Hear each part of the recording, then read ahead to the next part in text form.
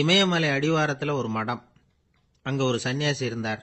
அவர்கிட்ட ஒருத்தர் வந்தார். சுவாமி, ஆசையை உதற நினைக்கிறேன், முடியல, ஒட்டிக்கிட்டே வருது அப்படின்னாராம்.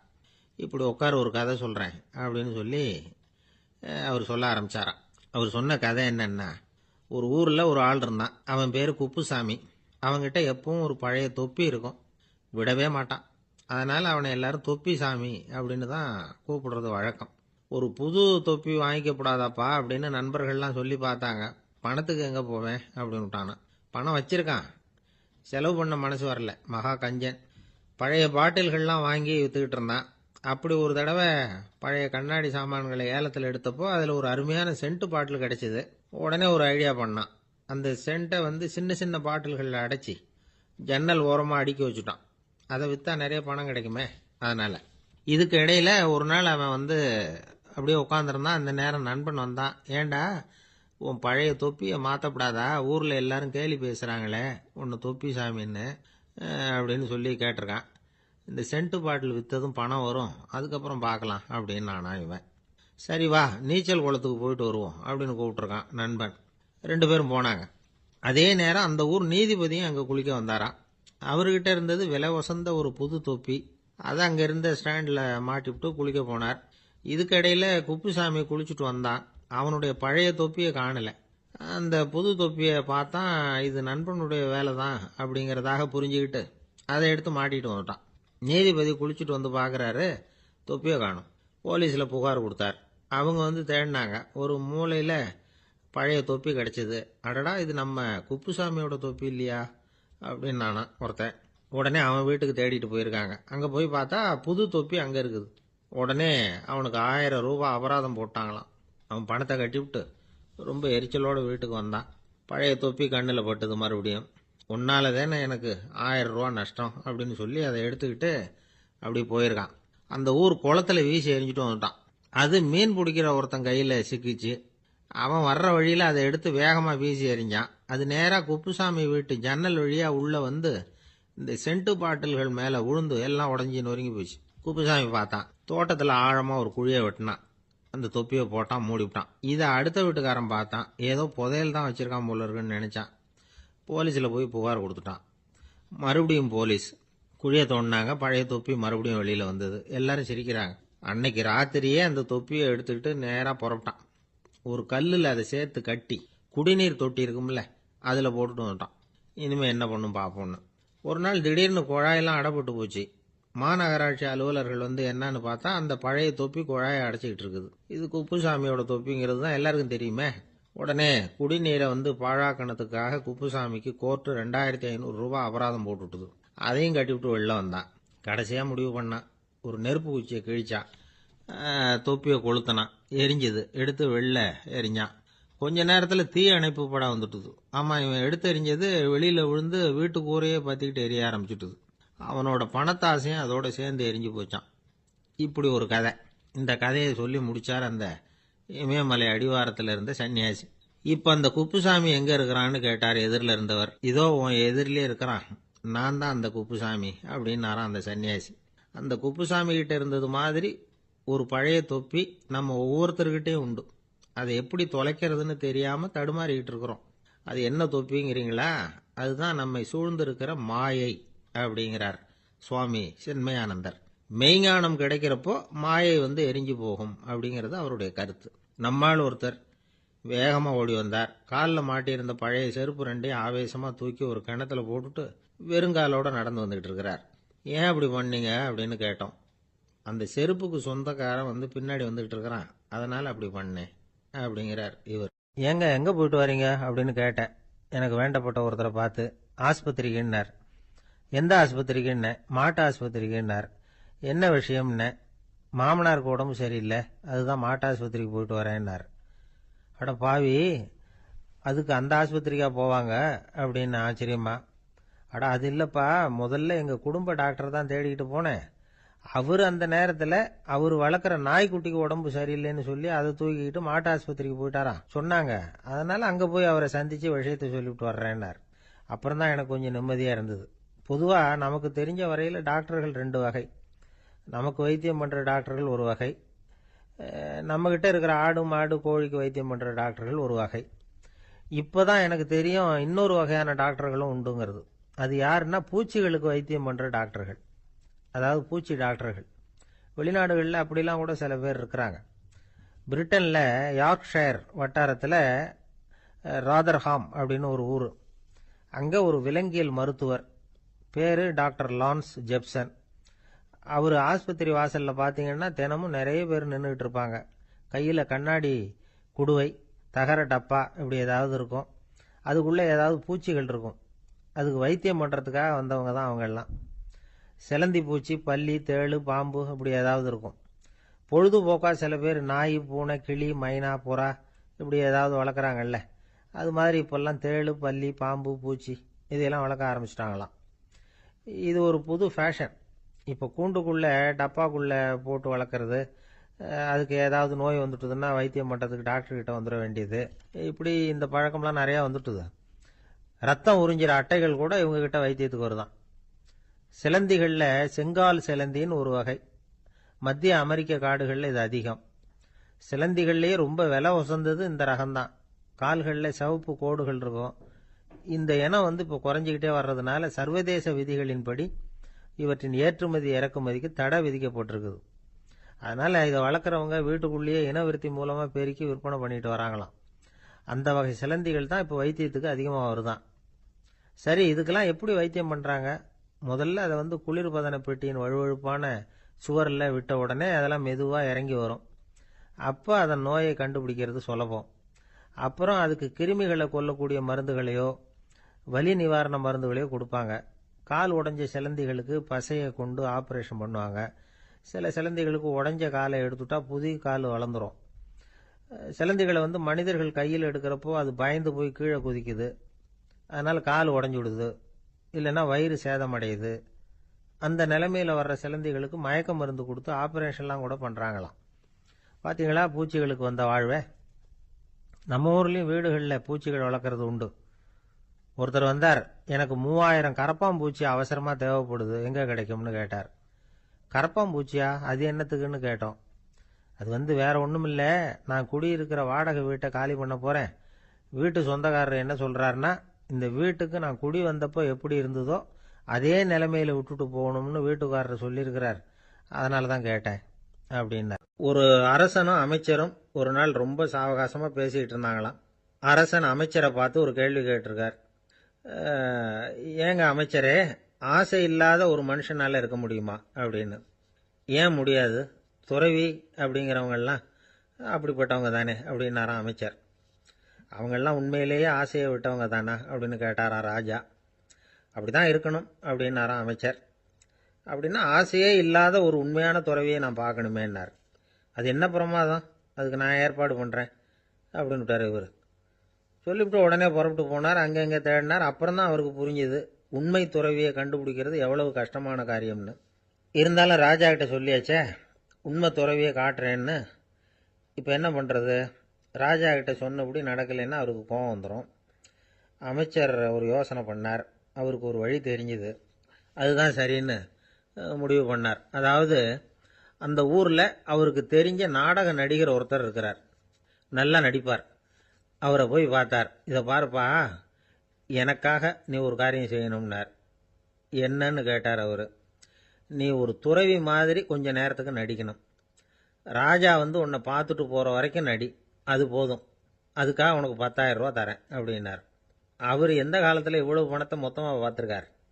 அதனால் உடனே சரின்னு ஒத்துக்கிட்டார். அமைச்சர் அரண்மனைக்கு திரும்பி வந்தார்.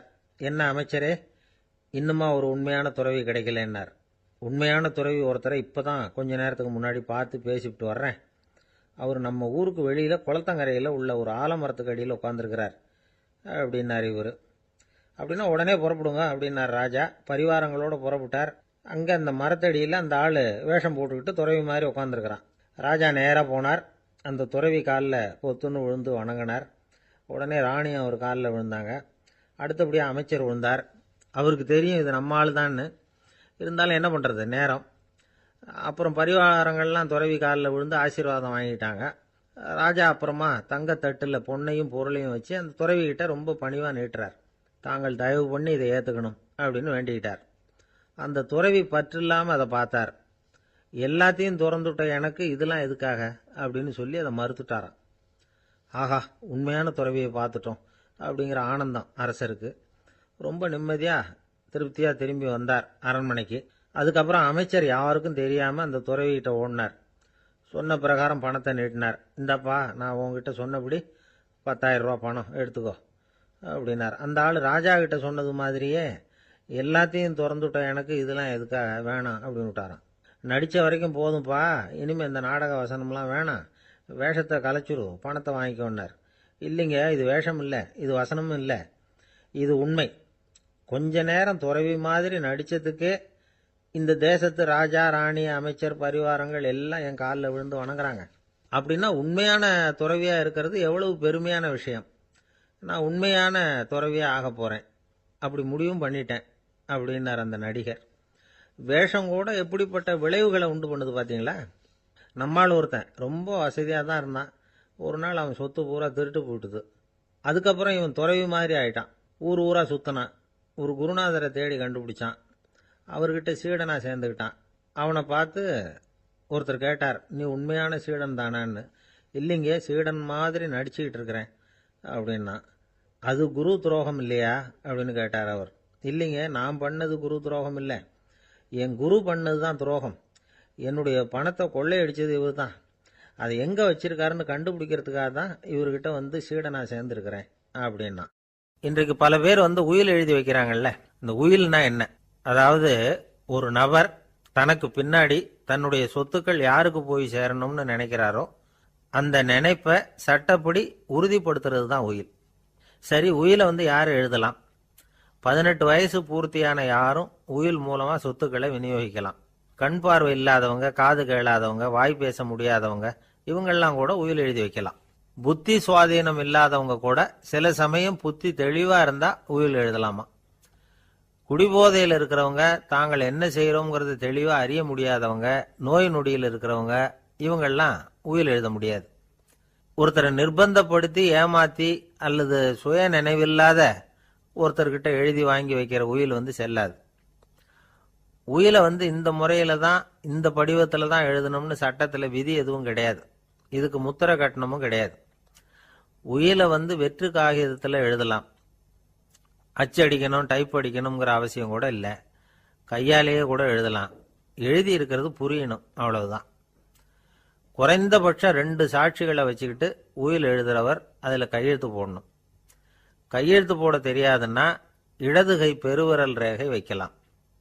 உயில் சாசனத்துக்கு சாட்சிகள் கையெழுத்து இல்லைன்னாலும் அது செல்லாது. அப்புறம் பிரிவிலேஜ்டு வில் அப்படின்னு இருக்கு. அதுக்கு மட்டும் சாட்சிகள் தேவையில்லை. அது என்னன்னா, இந்த விமானப்படை, கப்பல் படை அல்லது யுத்தத்தில் பணிபுரியும் நபர்கள் அவங்கெல்லாம் இருக்கிறாங்க இல்லையா, அப்படிப்பட்டவங்க எழுதுகிற உயில் அது. அதுக்கு சில விசேஷ சலுகைகள் உண்டு. ஒருத்தர் முதல்ல ஒரு உயில் எழுதி வைக்கிறார், அதுக்கப்புறம் மனசு மாறி போகுது, அது வேணாம்னு நினைக்கிறார், ரத்து செஞ்சுடலாம். அதுக்கப்புறம் வேற உயிலும் எழுதலாம். உயிரோடு இருக்கிற வரைக்கும் எத்தனை தடவை வேணும்னாலும் உயில் எழுதலாம். கடைசியா எழுதப்பட்ட உயில் சட்டப்படி சரியா இருந்தா அதுதான் அமலுக்கு வரும். சரி, எழுதுற உயில ரகசியமா வச்சிருக்கிறது எப்படி? இது ஒரு கேள்வி. இதுக்கு என்ன செய்யணும்னா, ஒருத்தர் உயிலை எழுதினதுக்கு அப்புறம் அவர் தானாவோ அல்லது அங்கீகரிக்கப்பட்ட முகவர் மூலமாகவோ, அதாவது ஒரு ஏஜென்ட் மூலமாகவோ, ஒரு கவரில் போட்டு சீல் வச்சு கவர் மேலே தன்னுடைய பெயரை எழுதி அல்லது அந்த ஏஜென்ட் பெயரை எழுதி கவர் மேலே என்ன அடக்கம் செய்யப்பட்டிருக்கு, உள்ள என்ன இருக்கு அப்படிங்கிற விவரம்லாம் எழுதி சார் பதிவாளர்கிட்ட ஒப்படைக்கலாம். இதுக்கு கட்டணம் உண்டு. அதுக்கப்புறம் எப்போ தேவைப்படுதோ அப்போ ஒரு மனு கொடுத்து அந்த கவரை திரும்ப வாங்கிக்கலாம். இப்போ எழுதுகிற உயில இவ்வளவு நாளுக்குள்ள பதிவு செய்யணுங்கிற கால வரையறை உண்டா அப்படின்னு ஒரு கேள்வி வரலாம் இல்லையா? எப்போ வேணும்னாலும் பதிவு செய்யலாம். நம்மால் ஒருத்தர் ஒரு நாள் ரொம்ப அவசரமாக வந்தார். இந்த உயில் எழுதுறது சம்பந்தமா பூரா விவரமா எனக்கு உடனே தெரியணும்னார். நான் உடனே அவரை வக்கீல் ஒருத்தர்கிட்ட அழைச்சிட்டு போனேன். இவர் அவர்கிட்ட எல்லா விவரமும் கேட்டு தெரிஞ்சுக்கிட்டார். ரொம்ப தேங்க்ஸ்ன்னு சொல்லிவிட்டு 2 பேரும் வெளியில வந்தோம். அதுக்கப்புறம் இவர்கிட்ட கேட்டேன், ஆமா இவ்வளவு விவரமா கேட்குறீங்களே, உங்களுக்கு எத்தனை பிள்ளைங்க சார் அப்படின்னு கேட்டேன். 6 பேர் சார் அப்படின்னார். சரி, இருக்கிற சொத்து எவ்வளவுன்னு கேட்டேன். அதை இனிமே தான் சம்பாதிக்க போறேன் அப்படின்னார். எதிர்காலத்தை நினைச்சா எனக்கு ரொம்ப பயமா இருக்கு சார் அப்படின்னு சொல்றவங்க நிறைய பேர் இருக்கிறாங்க. அதாவது பயப்படாத மனிதர்கள்னு யாருமே கிடையாது. ஒவ்வொருத்தருக்கும் ஒவ்வொரு விதமான பயம் இருந்தாலும் ஒட்டுமொத்தமா பாக்குறப்போ மனிதனுக்கு 6 விதமான பய உணர்வுகள் வரலாம் அப்படின்னு பெரியவங்க சொல்றாங்க. எல்லா விதமான பயமும் இந்த 6 வகைக்குள்ள அடக்கம். அந்த 6 வகை பயமும் 6 எதிரிகள் மாதிரியாம்.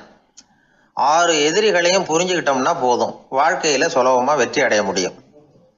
சரி, அந்த 6 வகை பயம் என்னென்ன அப்படின்னு பார்ப்போம்.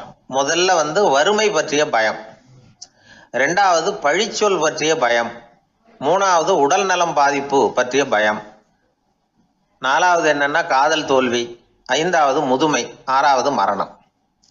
அதாவது பயப்படுறதுங்கிறது ஒரு மனநிலை தான். இந்த மனநிலையை கட்டுப்படுத்த முடியும், திசை திருப்ப முடியும். சரி, இந்த பயங்களின் அறிகுறிகள் எப்படி இருக்கும்? வறுமை பற்றிய பயம் அப்படின்னு முதல்ல சொன்னோம் இல்லையா, அந்த பயத்தின் அறிகுறிகளை தெரிஞ்சுக்குவோம். எதுலேயும் அக்கறை இல்லாமல் இருக்கிறது, ஒரு குறிக்கோள் இல்லாமல் இருக்கிறது, வறுமையை சகிச்சுக்கிறது, வாழ்க்கையில் கிடைக்கிறது எதுவாக இருந்தாலும் ஆட்சேபனை இல்லாமல் ஏற்றுக்கிறது, மனசாலும் உடம்பாலும் சோர்ந்து போயிருக்கிறது, ஆர்வம், முனைப்பு, கற்பனை திறன் எதுவுமே இல்லாமல் இருக்கிறது. இதெல்லாம் தான் அந்த வறுமை பற்றிய பயத்தின் அறிகுறிகள்.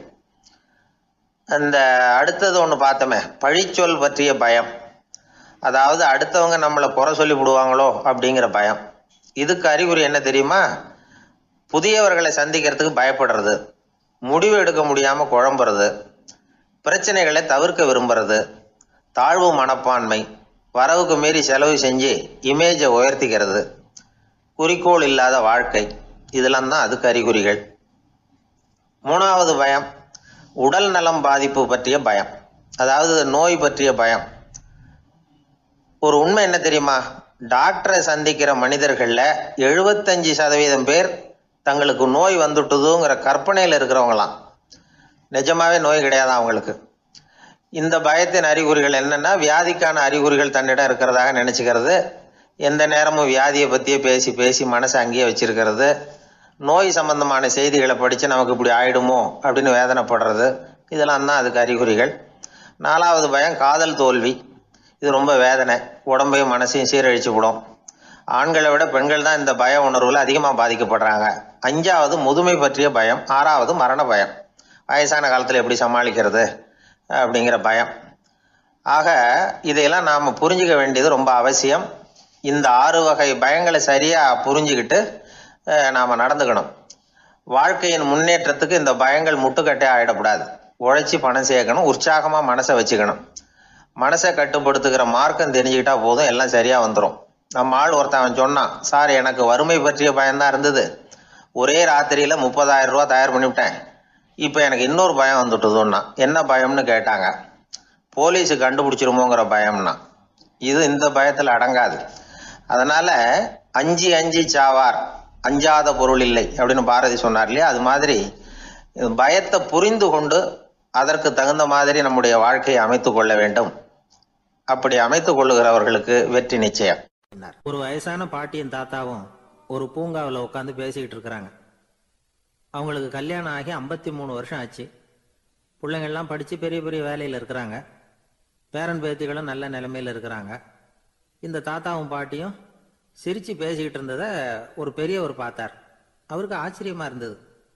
இந்த வயசுலேயும் இவ்வளவு அந்யோன்யமாக இவங்க பேசிக்கிட்டு இருக்கிறாங்களே அப்படின்னு நினச்சார். சரி, நேரிலேயே கேட்டுருவோமே அப்படின்னு நினச்சிக்கிட்டு கிட்ட போனார். உங்கள் மன வாழ்க்கையின் வெற்றிக்கான ரகசியம் என்ன அப்படின்னு கேட்டார். இதை கேட்டதும் அந்த தாத்தா சிரிச்சுக்கிட்டே பாட்டியை பார்த்தாராம். அதுக்கப்புறம் சொன்னாராம், நான் இந்த அம்மாவை கல்யாணம் பண்ணிக்கிட்டதுக்கும் எங்களுடைய இல்வாழ்க்கை இவ்வளவு நாளாக பலம் குறையாமல் மகிழ்ச்சியாக இருக்கிறதுக்கும் காரணம் ஒன்று தான். அது என்ன காரணம்னா, எங்களுக்கு இடையில பொதுவாக நிறைய குறைகள் உண்டு, அதுதான் காரணம் அப்படின்னாராம். அவர் சொல்கிறது சரிதான் அப்படிங்கிறது மாதிரி அந்த பாட்டியும் அவரை நிமிர்ந்து பார்த்தாங்களாம். இந்த பெரியவர் மறுபடியும் அந்த பாட்டியை பார்த்து அதே கேள்வியை கேட்டிருக்கார். உங்களுடைய நீண்டகால மன வாழ்க்கைக்கு கிடைச்ச வெற்றி எதனாலேன்னு சொல்ல முடியுமா அப்படின்னு கேட்டாராம். அவங்களும் சிரிச்சுக்கிட்டே பதில் சொன்னாங்களாம். என்ன பதில் தெரியுமா? சில பேரை நாம் குறிப்பிட்ட பண்புகளுக்காக நேசிக்கிறோம், வேற சிலரை நாம் அந்த பண்புகள் இல்லாத குறைகளுக்காகவே விரும்பி பழகிறோம் இல்லையா அப்படின்னு கேட்டுவிட்டு தலையை குனிஞ்சுக்கிட்டாங்களாம் அந்த பாட்டியம்மா. அவங்க அப்படி சொன்னதை கேட்டதும் இவருக்கு புதுசாக ஞானம் பிறந்தது மாதிரி இருந்துதான். இதுதான் மனம் நிறைந்த மன வாழ்க்கை அப்படிங்கிறார் சுவாமி சின்மயானந்தர். பண்புகளை எப்படி நேசிக்க முடியுதோ அதே மாதிரி பண்புகள் இல்லாத குறைகளையும் நேசிக்க முடியும். மனசு தான் காரணம். ஒரு மேல்நாட்டு தம்பதி, அவங்களும் தாத்தா பாட்டி தான். அவங்க 2 பேரும் ஒரு பூங்காவில் உட்காந்து சிரித்து பேசிக்கிட்டு இருக்கிறாங்க. அதை ஒருத்தர் பார்த்தார். அவருக்கு ஆச்சரியம், இவ்வளவு காலம் ஆகி இந்த வயசுலேயும் இப்படி அன்பாக பேசிக்கிட்டு இருக்கிறாங்களே அப்படிங்கிற ஆச்சரியம். கிட்ட நெருங்கி போனார். கேட்டார், ஏன் தாத்தா உங்களுக்கு கல்யாணம் ஆகி எவ்வளோ வருஷம் ஆச்சுன்னார். 55 வருஷம் ஆச்சுன்னாராம் அவர். இன்னமும் இவ்வளவு சந்தோஷமாக இருக்கிறீங்களே, அதுக்கு என்ன காரணம்னு கேட்டிருக்கார். அதுக்கு என்ன காரணம்னா, இது வரைக்கும் எங்களுக்குள்ள சண்டையே வந்ததில்லை அப்படின்னாராம். அது எப்படி முடியும்னு கேட்டிருக்கார் இவர் ஆச்சரியமா.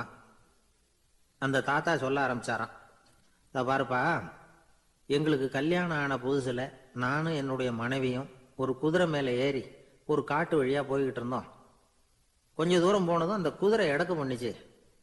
நான் உடனே கீழே இறங்கி அந்த குதிரையை பார்த்து, இது உனக்கு முதல் தடவை அப்படின்னு மிரட்டலாக சொல்லிவிட்டு ஏறி உட்காந்தேன். மறுபடியும் போனோம். கொஞ்சம் தூரம் குதிரை நல்லபடியாக நடந்து போச்சு. மறுபடியும் எடக்கு பண்ண ஆரம்பிச்சுட்டுது. நான் கீழே இறங்கினேன். கையில் இருந்த சாட்டையால் ஓங்கி ஒரு அடி கொடுத்தேன். இது உனக்கு 2வது தடவை அப்படின்னு சொல்லிவிட்டு ஏறி உட்காந்தேன். மறுபடியும் குதிரை கொஞ்சம் தூரம் நல்ல விதமாக நடந்து போச்சு. அப்புறமும் எடக்கு பண்ண ஆரம்பிச்சுட்டுது. அந்த சமயத்தில் ஒரு ஆற்று பாலத்தை கடந்து போய்கிட்டு இருக்கிறோம். நான் கீழே இறங்கினேன். என்னுடைய மனைவியையும் கீழே இறங்க சொன்னேன். அந்த குதிரையை பிடிச்சி அப்படியே ஆற்றுல தள்ளி விட்டுட்டேன். தள்ளி விட்டுட்டு, இது உனக்கு கடைசி தடவை அப்படின்னு சொன்னேன். அதை பார்த்ததும் என் மனைவி பதறி போயிட்டாங்க. போய், ஐயோ பாவம், என்ன இப்படி பண்ணிவிட்டீங்க, உங்களுக்கு மனசில் கொஞ்சம் கூட இறக்கமே இல்லையா அப்படின்னாங்க. நான் மெதுவாக இவங்க பக்கம் திரும்பி, இது உனக்கு முதல் தடவை அப்படின்னேன். அவ்வளவுதான். அன்னையிலேருந்து இன்னைய வரைக்கும் ஒரு நாள் கூட எங்களுக்குள்ள சண்டையே வந்ததில்லை அப்படின்னு விளக்கம் கொடுத்தார் அந்த தாத்தா. திபேத் நாட்டில் புத்த மடாலயங்கள் நிறைய உண்டு. அதுக்கு ஒரு தலைமையகமும் உண்டு. அது இந்த திபேத் தலைநகரம் லாசாவில் இருக்குது. ரொம்ப காலத்துக்கு அப்பால் அதை பற்றியெல்லாம் நிறைய விவரங்கள் எழுதி வச்சிருக்கிறாங்க. அது இப்போவும் நமக்கு கிடைக்குது. அதாவது ரொம்ப தூரத்துக்கு அந்தாண்ட மலைகளுக்கு நடுவில் ஒரு கிளை மடாலயம். அந்த மடத்தின் தலைவருக்கு வயசாயிட்டு தான். அதனால் தலைமை பொறுப்பை வேற ஒருத்தர்கிட்ட ஒப்படைக்கலாம் அப்படின்னு முடிவு பண்ணாராம். உடனே ஒரு லாமாவை கூப்பிட்டார். அவர் மூலமாக தலைமை மடாலயத்துக்கு செய்தி அனுப்புனார், பொருத்தமான வாரிசு ஒருத்தரை அனுப்பி வைக்கும்படியாக. அந்த வாலிப லாமா புறப்பட்டார். காடு மேடெல்லாம் நடந்து போகிறார். ரொம்ப நாள் கழித்து தலைமை பீடத்தை அடைஞ்சார். தலைமை குருக்கிட்ட விவரத்தை சொன்னார். தகுதியான ஒருத்தரை அனுப்பி வச்சா அழைச்சிட்டு போகிறேன் அப்படின்னார். சரி, நாளைக்கு காலையில் நீங்கள் அவங்க எல்லாரையும் அழைச்சிட்டு போகலாம்னார் அவர். அவங்க எல்லாரையுமா? அங்கே தேவைப்படுறது ஒருத்தர் தானே அப்படின்னார் இவர். ஆமான்னார். அப்புறம் ஏன் எல்லாரையும் அழைச்சிட்டு போக சொல்கிறீங்கன்னார். அது இப்போ உனக்கு புரியாது. நான் ஒரு 100 பிக்குகளை அனுப்புகிறேன், அதாவது பிட்சுகளை. அவ்வளவு பேரையும் அங்கே வச்சு சமாளிக்க முடியாது அப்படின்னாரு இவர். இருந்தாலும் இப்போ அந்த தலைமை குரு என்ன சொன்னார்னா, அதை பற்றி கவலைப்படாத, நான் 100 பேரை அனுப்புகிறேன். அதில் 99 பேர் வழியிலேயே காணாமல் போடுவாங்க. ஒருத்தன் மட்டும்தான் வருவான். அவனும் அங்கே சேர்ந்துட்டான்னா நீ ரொம்ப கொடுத்து வச்சவன் அப்படின்னார். இவருக்கு ஒன்றும் புரியல. இருந்தாலும் மறுநாள் அந்த வாலிப லாமா 100 பேரை அழைச்சிக்கிட்டு புறப்பட்டார். போகிற வழியிலேயே பல பேர் அங்கங்கே பிச்சுக்கிட்டு போயிட்டாங்க. அவர் சொன்னது மாதிரியே. வழியில் அவங்க ஊர்கள் இருந்தது தான் காரணம். அப்பா அம்மாவை பார்த்துட்டு வரேன் அப்படின்னு கொஞ்சம் பேர் போனாங்க. சொந்த பந்தத்தை பார்த்துட்டு வரேன் அப்படின்னு கொஞ்சம் பேர். ஒரு வாரம் ஆச்சு. இப்போ மிஞ்சினது 10 பேர் தான். வழியில் ஒரு நகரம். அங்கே சில பிட்சுக்கள் சந்தித்தாங்க. எங்கள் மடத்து தலைவர் இறந்துட்டார், உங்களில் யாராவது ஒருத்தர் எங்களுக்கு தலைவராக முடியுமா அப்படின்னு கேட்டாங்க. 10 பேரும் தயார். அதில் ஒருத்தரை அழைச்சிக்கிட்டு அவங்க போயிட்டாங்க. இன்னொரு ஊரில் சில பேர் வந்தாங்க, வழி மறிச்சாங்க. நில்லுங்க, எங்கள் மன்னர் மகளுக்கு திருமணம், அதை நடத்தி வைக்க 3 லாமாக்கள் தேவை அப்படின்னாங்க. இப்படி கொஞ்சம் கொஞ்சமாக எல்லாரும் காலி. கடைசியில் 2 பேரும் மிஞ்சினாங்க. அங்கே ஒரு இளம்பெண் எதிரில் வந்தா. எங்கள் அப்பா வேட்டைக்கு போயிருக்கிறாரு, இன்னும் திரும்பி வரல வீட்டில் வேற யாரும் இல்லை, தனியாக இருக்க பயமாக இருக்குது, யாராவது ஒருத்தர் எனக்கு துணையாக இருக்கணும் அப்படின்னு கேட்டுக்கிட்டா. எங்கள் 2 பேரில் நீயே ஒருத்தரை தேர்ந்தெடுத்துக்கோ, இல்லைன்னா எங்களுக்குள்ள சண்டை வந்துடும் அப்படின்னாங்க. இப்போ மிஞ்சினவர் ஒருத்தர், அவருக்கும் ஒரு சோதனை வந்தது. ஒரு தர்க்கவாதி எதிரில் வந்தால் உன்னோட வாதம் பண்ணணும்னா, இவனோட வாதம் பண்ணுறேன், அது முடிய ரொம்ப காலம் ஆகலாம், தர்க்கத்தில் நான் ஜெயிச்சா அங்கே வரேன், இல்லைன்னா இவருடைய சீடனை ஆயிடுவேன் அப்படின்னார் அவர். கடைசியாக அழைக்க வந்த வாலிபலாமா மட்டும் வெறுங்கையோடு திரும்பி போனார். அங்கே இருந்த வயசான மடாதிபதி கேட்டார், எத்தனை பேர் அங்கேருந்து புறப்பட்டீங்கன்னார். என்னையும் சேர்த்து 101ன்னார் அவர். நல்லது, நீயாவது திரும்பி வந்திய, அதுதான் எனக்கு போதும், ஏன்னா நீ தான் எனக்கு உண்மையான வாரிசு, அந்த 100 பேரில் யாரும் வரமாட்டாங்க அப்படின்னார் அவர். ஏன்னா அவருக்கு தெரியும் இவர் ஒருத்தர் தான் திரும்பி வருவாருங்கிறது. திபேத்தில் ஒரு பழங்கால பழமொழி உண்டாம், 100 பேர் செல்லலாம், எப்பொழுதாவது ஒருவன் அபூர்வமாக அடைய வேண்டிய இடத்தை அடைவான். இதுதான் அந்த பழமொழி. ஒரு உன்னதமான இலக்கை அடையணும்னா அது அவ்வளவு சுலபமான காரியம் இல்லை. இந்த காலத்து மடாலயம் ஒன்று, அதில் ஒரு தலைவர், அவருக்கு வயசாயிட்டுது, தனக்கு ஒரு வாரிசை நியமிக்கணும் அப்படின்னு ஆசைப்பட்டார். ரொம்ப கஷ்டப்பட்டு ஒருத்தரை பிடிச்சார், தனக்கு வாரிசாக நியமிச்சுட்டு அவர் சமாதி ஆயிட்டார். புதுசாக பொறுப்பேற்றுக்கிட்டவர் அப்படியே உட்காந்துருந்தார். அவரை தேடிட்டு பத்திரிகை நிருபர்கள்லாம் வந்தாங்க, கேட்டாங்க. அவர் உங்கள் பொறுப்பில் அவர் பெரியவர் விட்டுட்டு போன இது எவ்வளவு சுமாராக தேரும், எவ்வளவு விட்டுட்டு போனார் அப்படின்னு கேட்டிருக்கிறாங்க. அது என்ன ஒரு 50 லட்சம் இருக்கும் அப்படின்னாராம். அவ்வளவும் பணமா அப்படின்னு கேட்டிருக்காங்க. இல்லைங்க, கடன் அப்படின்னாராம் இவர். நாட்டில் நல்லவங்க ஒருத்தர் 2 பேர் இருக்கிறதுனால தாங்க மழையே பெய்யுது அப்படின்னு சொல்றது உண்டு. நல்லார் ஒருவர் உளரேல் அவர் பொருட்டு எல்லாருக்கும் பெய்யும் மழை. சில சமயம் ரொம்ப பேர் திடீர்னு நல்லவங்களா ஆயிடுவாங்க போல இருக்கு. அதனால தான் விடாம பேய் மழையா கொட்டி தீர்த்துடுது. எல்லாரும் நல்லவங்களாயிட்டா உலகமே தாங்காது போல இருக்க. அப்பப்ப ஒருத்தர் 2 பேர் நல்லவங்களாகணும், அப்பதான் சீரா மழை பெய்யும். மாசத்துக்கு 3 பேர் நல்லவங்களானா மாதம் மும்மாரி பொழியும். இதெல்லாம் வேடிக்கை பேச்சு. இப்போ இதெல்லாம் ஒரு பக்கம் இருக்கட்டும், இப்போ விஷயத்துக்கு வருவோம். ஒரு கும்பல்ல நல்லவன் யாரு அப்படிங்கறத எப்படி கண்டுபிடிக்கிறது? இதுக்கு ஒரு வேடிக்கை கதை உண்டு. என்னுடைய நண்பர் ஒருத்தருக்கு அவங்க பாட்டியம்மா சொன்ன கதையா அது. அது என்ன கதைன்னா, ஒரு ஊர்ல ஒரு சமயம் பலமான மழை பெய்ய ஆரம்பிச்சுட்டு தான். இடி மின்னல் ரொம்ப கடுமையா இருந்திருக்குது. ஆரம்பிச்ச மழை வர வர கடுமையா ஆகிட்டு இருக்குதே தவிர நிக்கிற பாடா தெரியல. ஊர் ஜனங்கள்லாம் பார்த்தாங்க. இதுக்கு மேலேயும் வீட்டுக்குள்ள இருந்தா ஆபத்துங்கிறத புரிஞ்சுக்கிட்டாங்க. ஏன்னா வீடெல்லாம் இடிஞ்சி விழுந்துருமோங்கிற பயம். உடனே எல்லாரும் புறப்பட்டு ஊருக்கு பொதுவா இருந்த ஒரு மண்டபத்துல போய் தங்கிக்கிட்டாங்க. மின்னல் கடுமையா இருந்தது, இடி எந்த நேரத்திலையும் விழலாம்ங்கிற நிலைமை, எப்போ விழலாம்னு பார்த்துக்கிட்டு இருக்குது. அந்த மண்டபத்தில் இருந்த ஜனங்கள் மனசுக்குள்ள ஒரு பயம். நம்ம கூட்டத்தில் யாராவது ஒரு கெட்டவன் பாவம் பண்ணவன் இருந்தா கூட இடி இந்த மண்டபத்தில் விழுந்துரும், அது எல்லாருக்கும் ஆபத்து அப்படின்னு நினைச்சாங்க. சரி, இதுக்கு என்ன பண்ணலாம் அப்படின்னு யோசனை பண்ணாங்க. அந்த கூட்டத்தில் ஒரு பெரியவர் இருந்தார். அவர் ஒரு யோசனை சொன்னார். இதை பாருங்க, அதுக்கு ஒரு வழி இருக்கு. அதோ எதிர்த்தாப்புல கொஞ்சம் தூரத்தில் ஒரு உயரமா மரம் ஒன்று இருக்கு பாருங்க. பொதுவா இடி சுலபமா விழறது அது மாதிரி உயரமான மரத்துல தான். நம்ம கூட்டத்தில் இருக்கிறவங்க எல்லாரும் ஒவ்வொருத்தரா போய் அந்த மரத்தை தொட்டு விட்டு திரும்பி வந்துடணும். நம்மள பாவம் பண்ணவன் யாரோ அவன் அந்த மரத்தை தொடுற சமயத்துல இடி விழுந்துரும், அவன் மட்டும் போயிடுவான், மண்டபத்தில் இருக்கிற நாமெல்லாம் பொழைச்சிக்கலாம் அப்படின்னு ஐடியா கொடுத்தாரு அந்த பெரியவர். இது நல்ல யோசனையா பட்டது. எல்லாரும் ஒத்துக்கிட்டாங்க. ஒவ்வொருத்தரா போய் அந்த மரத்தை தொட்டு விட்டு திரும்பி வந்தாங்க. இடி எதுவும் விழல. இன்னமும் பாவம் பண்ண ஆசாமி அதை போய் தொடல போல இருக்கு அப்படின்னு நினைச்சுக்கிட்டாங்க. ஒவ்வொருத்தரா போறாங்க, எல்லாரும் போய் தொட்டுவிட்டு வந்தாச்சு. இன்னும் ஒரே ஒரு ஆசாமி தான் பாக்கி. கடைசியா இருந்த அந்த ஆள் பயந்துட்டான். இது வரைக்கும் இடி விழலைன்னா இப்ப என்ன அர்த்தம்? இப்ப நாம தான் பாக்கி, நாம தான் தப்பு பண்ண ஆள் போல இருக்கு அப்படின்னு நினைச்சுட்டான். அதனால துணிச்சலா போய் தொடுறதுக்கு பயந்தான், தயங்கிக்கிட்டே இருந்தான். இருந்தாலும் மற்றவங்க எல்லாம் சும்மா இருப்பாங்களா? கட்டாயப்படுத்தி கழுத்தை பிடிச்சி தள்ளாத குறையா அவனை தள்ளி விட்டாங்க, போய் தொட்டுட்டு வாடான்னு. அவன் நடுங்கிட்டே போய் அந்த மரத்தை தொட்டான். அதே வினாடி ஒரு பயங்கரமான மின்னல் இடி விழுந்துட்டுது. எங்க விழுந்தது தெரியுமா? அந்த ஆள் மேல இல்ல, மண்டபத்துல விழுந்தது. மண்டபத்துல இருந்தவங்க பூரா காலி. அந்த ஒரு ஆள் மட்டும் பொழைச்சிக்கிட்டான். இந்த ஒரு ஆளை காப்பாத்துறதுக்காக தான் இடி மண்டபத்துல விழாம இருந்திருக்குது. இதுதான் கதை. அதனால நல்லவங்க எப்படியும் தப்பிச்சுக்குவாங்க அப்படிங்கிறது ஒரு நீதி. ஒருத்தன் அப்படிதான் தெருவில் நடந்து போய்கிட்டு இருந்தான், ரொம்ப நல்லவன். எதிரில் ஒருத்தன் சைக்கிள்ல வந்துகிட்டு இருந்தான். அதுல மோதி இவன் கீழே விழுந்துட்டான். சைக்கிள்காரன் உடனே இறங்கி இவனை தூக்கி விட்டான். இவன் எழுந்திரிச்சு அவனை முறைச்சி பார்த்தான். அப்படி பார்க்காதீங்க சார், நீங்கள் ரொம்ப புண்ணியம் பண்ணியிருக்கீங்க, அதுதான் இப்போ வந்து சைக்கிளில் மோதிக்கிட்டீங்க அப்படின்றான். என்ன அப்படி சொல்கிறேன் நான். இவன் 10 நிமிஷத்துக்கு முன்னாடி நான் லாரி ஓட்டிகிட்டு வந்தேன், அப்போ நீங்கள் எதிரில் வந்திருந்தீங்கன்னா என்ன ஆயிருக்கும் அப்படின்னானா அவன். ஒரு ஊரில் ஒரு மன்னர் இருந்தார். அவர் பக்கத்து தேசத்து மேலே படையெடுக்கணும்னு நினச்சிக்கிட்டு இருந்தார். அதையும் தன்னுடைய நாட்டோட சேர்த்துக்கணுங்கிற ஆசை. எப்போ படையெடுக்கலாம்னு யோசிச்சுக்கிட்டு இருந்தார். இப்படி யோசிச்சுக்கிட்டு இருந்த சமயத்தில் ஒரு பெரியவர் அவரை தேடிட்டு வந்தார். அவர் அடிக்கடி வருவார், அவர்கிட்ட பேசிக்கிட்டு இருப்பார்.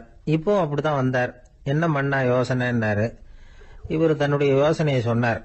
இந்த சமயத்தில் மன்னருக்கு தாகம் எடுத்தது, தண்ணி குடிக்கணும் போல இருந்தது. உடனே அங்கே இருந்த ஒரு அரண்மனை பணியாளரை கூப்பிட்டார். போய் கொஞ்சம் தண்ணி கொண்டு வாப்பா அப்படின்னார். அந்த பணியாளர் போனார், ஒரு கோலையில் தண்ணி கொண்டு வந்தார். ராஜா கிட்ட நீட்டினார். ராஜா அதை வாங்கி குடிக்கிறதுக்காக வாய்கிட்ட கொண்டுட்டு போனார். அந்த நேரம் பார்த்து மன்னா கொஞ்சம் பொறுங்கன்னார் இந்த பெரியவர்.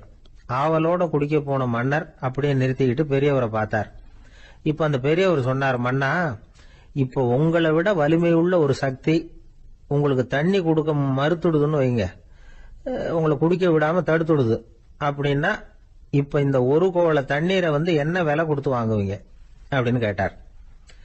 இப்போ எனக்கு இருக்கிற தாகத்துக்கு என்னுடைய அரசாங்கத்துல பாதியையாவது கொடுத்து இந்த தண்ணியை வாங்கறதுக்கு தயங்க மாட்டேன்னார் அவர். சரி, இப்ப அந்த தண்ணியை குடிங்கன்னார் பெரியவர். மன்னர் ஆவலோடு அந்த தண்ணியை குடிச்சு முடிச்சார். அதுக்கப்புறம் கொஞ்ச நேரம் தன்னுடைய படையெடுப்பை பத்தி சொல்லிட்டு இருந்தார். கொஞ்ச நேரம் கழிச்சு மறுபடியும் இந்த பெரியவர் கேட்டார், மன்னா, இப்போ நீங்க ஒரு கோவள தண்ணீரை வந்து குடிச்சு முடிச்சுட்டீங்க. இப்ப அந்த தண்ணீர் உங்க உடம்ப விட்டு வெளியில வரக்கூடிய பாதை அடப்பட்டு போச்சு அப்படின்னு வச்சுங்க, அதை வெளியேற்றுவதற்காக நீங்க எவ்வளவு செலவழிப்பீங்க அப்படின்னு கேட்டார். மன்னர் யோசனை பண்ணார். அப்படி ஒரு நிலைமை ஏற்பட்டு போச்சுன்னா என்னுடைய அரசாங்கம் பூராவையும் அதுக்கு ஈடா தர்றதுக்கு கூட தயங்க மாட்டேன்னார். இப்ப அந்த பெரியவர் சொன்னார், எந்த அரசாங்கத்தின் மதிப்பு ஒரு கோவள தண்ணீர் அளவுக்கு கூட இல்லையோ அந்த அரசாங்கத்தை அடையணுங்கிற பேராசையில மனிதர்கள் தங்களுடைய சகோதரர்கள் கூடவே சண்டை போட்டுக்கிறாங்களே, அதுல ஏதாவது அர்த்தம் இருக்குதா அப்படின்னாராம். மன்னருக்கு இப்பதான் அர்த்தம் புரிஞ்சுதான். மனசுல தெளிவு உண்டாச்சு. தன் மனசுக்குள்ள உண்டான வெறிய விரட்டி அடிச்சு விட்டார். அதுக்கப்புறம் நிம்மதியா ஆட்சி புரிஞ்சார். இப்படி ஒரு கதை. உயிருக்கு என்ன விலை கொஞ்சம் யோசனை பண்ணி பாருங்க. ஆனா அது இப்ப எவ்வளவு மலிவா போயிட்டுது, அதையும் யோசனை பண்ணி பாருங்களேன். ஆசை வந்து பேராசையா மாறுது, அப்புறம் அது வெறியா ஆகுது, அதுக்கப்புறம் பைத்தியம் முடியுது. இந்த காலத்து மனிதர்களுக்கு 2 விதமான பைத்தியம் பிடிச்சிருக்கிறதாக ஒரு பெரியவர் சொல்றார். ஒன்னு பணம், இன்னொன்னு அதிகாரம். இதெல்லாம் எவ்வளவு காலத்துக்கு நீடிக்கும்? ஒரு சர்வாதிகார நாட்டுல 3 பேர் ஜெயில இருட்டு அறையில பேசிக்கிட்டு இருக்கிறாங்க. நீ எப்படி இந்த ஜெயிலுக்கு வந்த அப்படின்னு ஒருத்தர் கேட்டாராம். இந்த நாட்டு ராஜாவை ஆதரிச்சு நான் பிரச்சாரம் பண்ணினேன், அதனால கூட்டத்துல தகராறு வந்துட்டுது, கலவரமா போச்சு, அதுக்கு நான் தான் காரணம்னு அரெஸ்ட் பண்ணி இங்க கொண்டாந்து போட்டாங்க அப்படின்னாராம் அவரு. சரி, நீ எப்படி இங்க வந்த அப்படின்னு இன்னொருத்தரை பார்த்து கேட்டிருக்கார். நான் இந்த நாட்டு ராஜாவை எதிர்த்து பிரச்சாரம் பண்ணேன், அதனால கலவரம், அரெஸ்ட் பண்ணி கொண்டாந்து போட்டாங்கன்னார். சரிப்பா, நீ எப்படி அங்க வந்த அப்படின்னு 3வது ஆளை பார்த்து இவங்க கேட்டாங்களாம். இதுக்கு அந்த ஆள் மெதுவா வெளிச்சத்துக்கு வந்து, நான் தான் இந்த நாட்டு ராஜா அப்படின்னா. ஒரு ஊர்ல ஒருத்தர் இருந்தார், ரொம்ப நல்லவர். யாருக்காவது ஏதாவது கொடுத்துக்கிட்டே இருப்பார், கொடையாளி. தினமும் யாராவது ஒருத்தருக்கு ஏதாவது கொடுக்கலன்னா அவருக்கு தூக்கம் வராது, அப்படி ஒரு பழக்கம். அது மட்டும் இல்ல, அவர் கொடுக்கறது அடுத்தவங்களுக்கு தெரியாது, அவ்வளவு ரகசியமா அதை கொடுப்பார். வலது கை கொடுக்கறது இடது கைக்கு தெரியக்கூடாதுன்னு சொல்லுவாங்கல்ல, அது மாதிரி அவர். ஒரு நாள் ராத்திரி அவர் ஏற்கனவே தயாராக கட்டி வச்சிருந்த பணம் முடிச்ச கையில் எடுத்துக்கிட்டு வீட்டை விட்டு வெளியில் வந்தார். தெருவில் இறங்கி நடந்தார். இன்னைக்கு யாருக்கு தர்மம் செய்யறது அப்படின்னு யோசனை பண்ணிட்டு இருட்டில் நடந்து வந்துகிட்டு இருக்கிறார். யாரோ ஒருத்தர் எதிரில் வர்றது மாதிரி தெரிஞ்சுது. உடனே அவர் கிட்ட போனார். தன்கிட்ட இருந்த பணம் முடிச்சு அவசரமாக அவர் கையில் திணிச்சுட்டு திரும்பி வந்துட்டார். அப்பாடா, ஒரு வழியாக யாருக்கும் தெரியாமல் இன்னைக்கு தர்மம் பண்ணியாச்சு அப்படிங்கிற மகிழ்ச்சி, மன நிறைவு அவர் முகத்தில். நிம்மதியாக தூங்கினார். அப்புறம் எழுந்திரிச்சார். மறுநாள் காலையில் ஊரு பூரா ஒரே பேச்சு. என்ன பேச்சுன்னா, நேற்று ராத்திரி ஒரு திருடன் கையில் யாரோ பணத்தை கொடுத்துட்டு போயிருக்கிறாங்க அப்படின்னு எல்லாரும் பேசிக்கிட்டு இருக்கிறாங்க. இதை கேள்விப்பட்டதும் அந்த பெரியவருக்கு ரொம்ப வருத்தமாக போச்சு. அடடா, போயும் ஒரு திருடனுக்காக உதவி பண்ணியிருக்கிறோம், பிரயோஜனம் இல்லாமல் போட்டுதே அப்படின்னு நினச்சார். சரி, இன்னைக்கும் யாருக்காவது உதவி பண்ணணும் அப்படின்னு முடிவு பண்ணினார். ராத்திரி நேரம் வந்தது. இவர் வழக்கம் போல் தெருவில் இறங்கி நடந்தார். கையில் பணம் முடிச்சு. எதிரில் ஒரு பொன் உருவம் மங்கலாக தெரிஞ்சது. இவர் உடனே அந்த பெண்கிட்ட பணத்தை கொடுத்துட்டு திருப்தியாக திரும்பி வந்துட்டார். மறுநாள் காலையில் ஊர் பூரா என்ன பேசிக்கிட்டாங்க தெரியுமா? நேற்று ராத்திரி நெறி தவறி நடக்கிற ஒரு பெண்ணின் கையில் யாரோ வச்சுட்டு போயிருக்கிறாங்க அப்படின்னு எல்லாரும் பேசிக்கிறாங்க.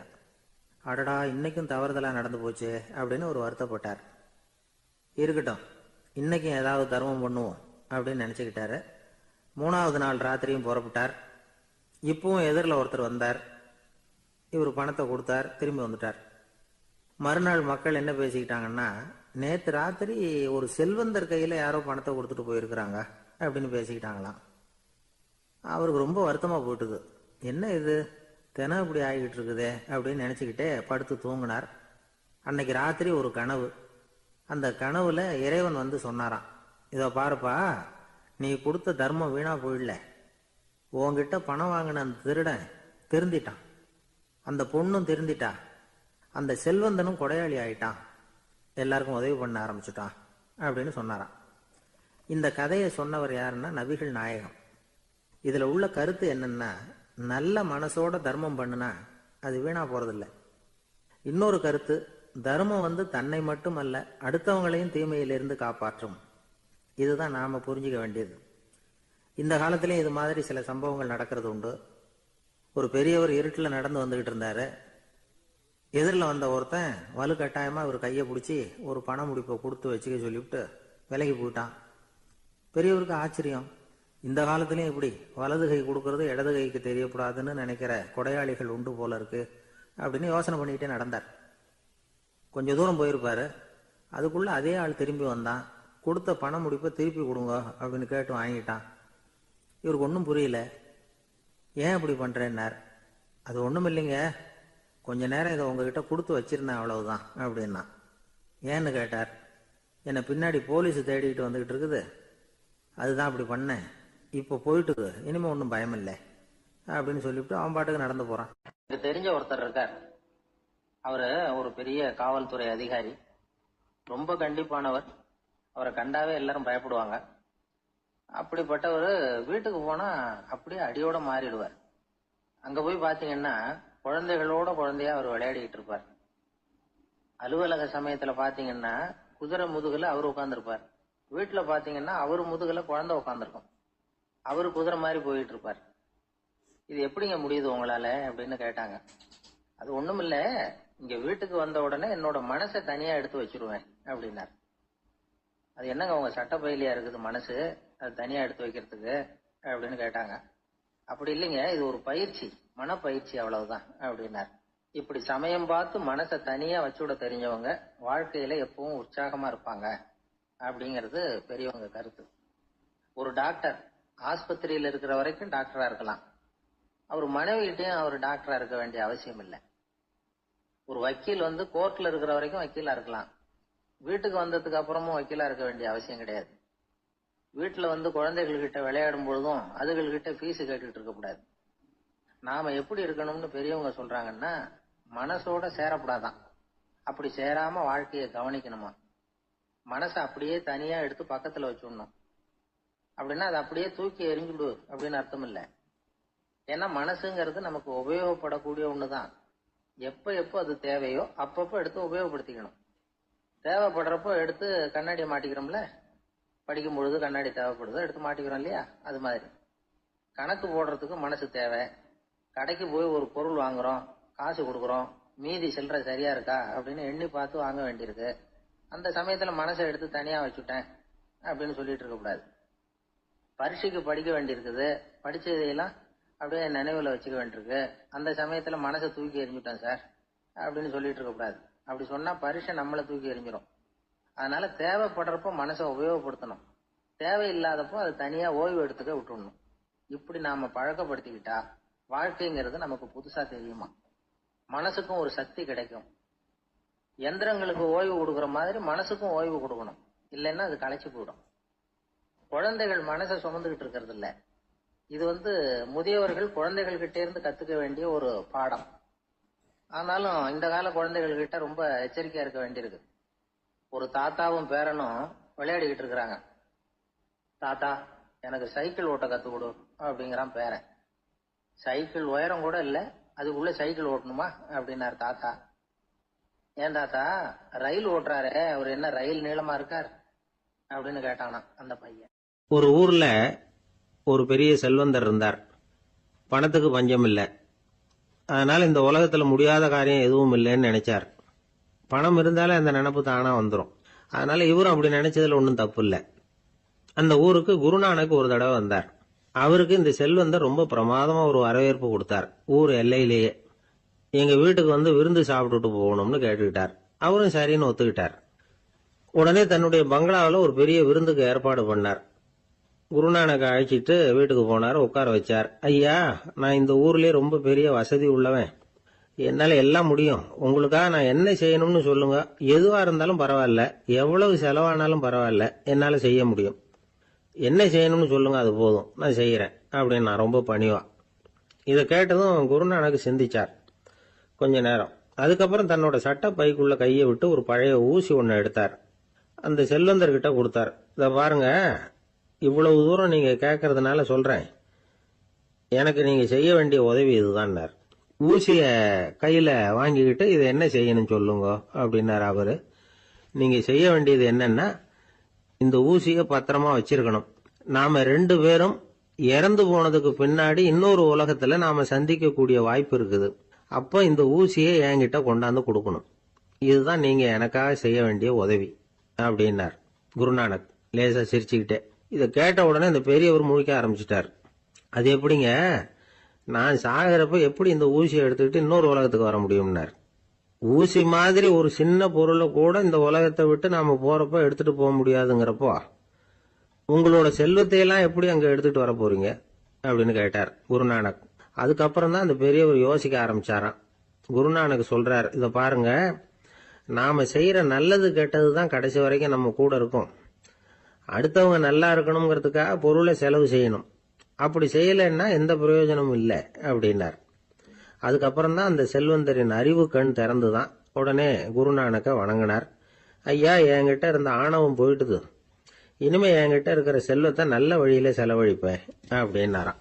நம்ம கிட்ட இருக்கிற பணம் எப்பவும் நம்ம கூடவே வந்துகிட்டு இருக்காதுங்கிறதுக்கு இது ஒரு உதாரணம்.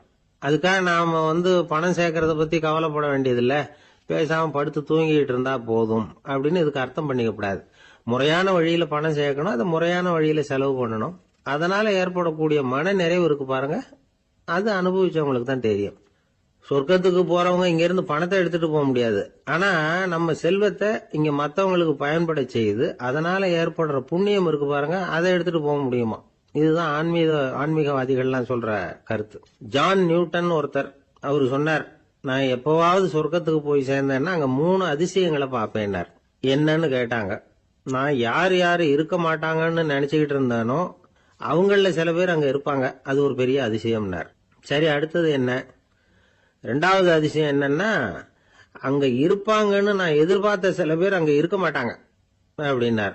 சரி, 3வது பெரிய ஆச்சரியம் என்ன அப்படின்னா, நான் அங்க இருக்க பாருங்க, அதுதான் அந்த 3வது அதிசயம் அப்படின்னாராம்.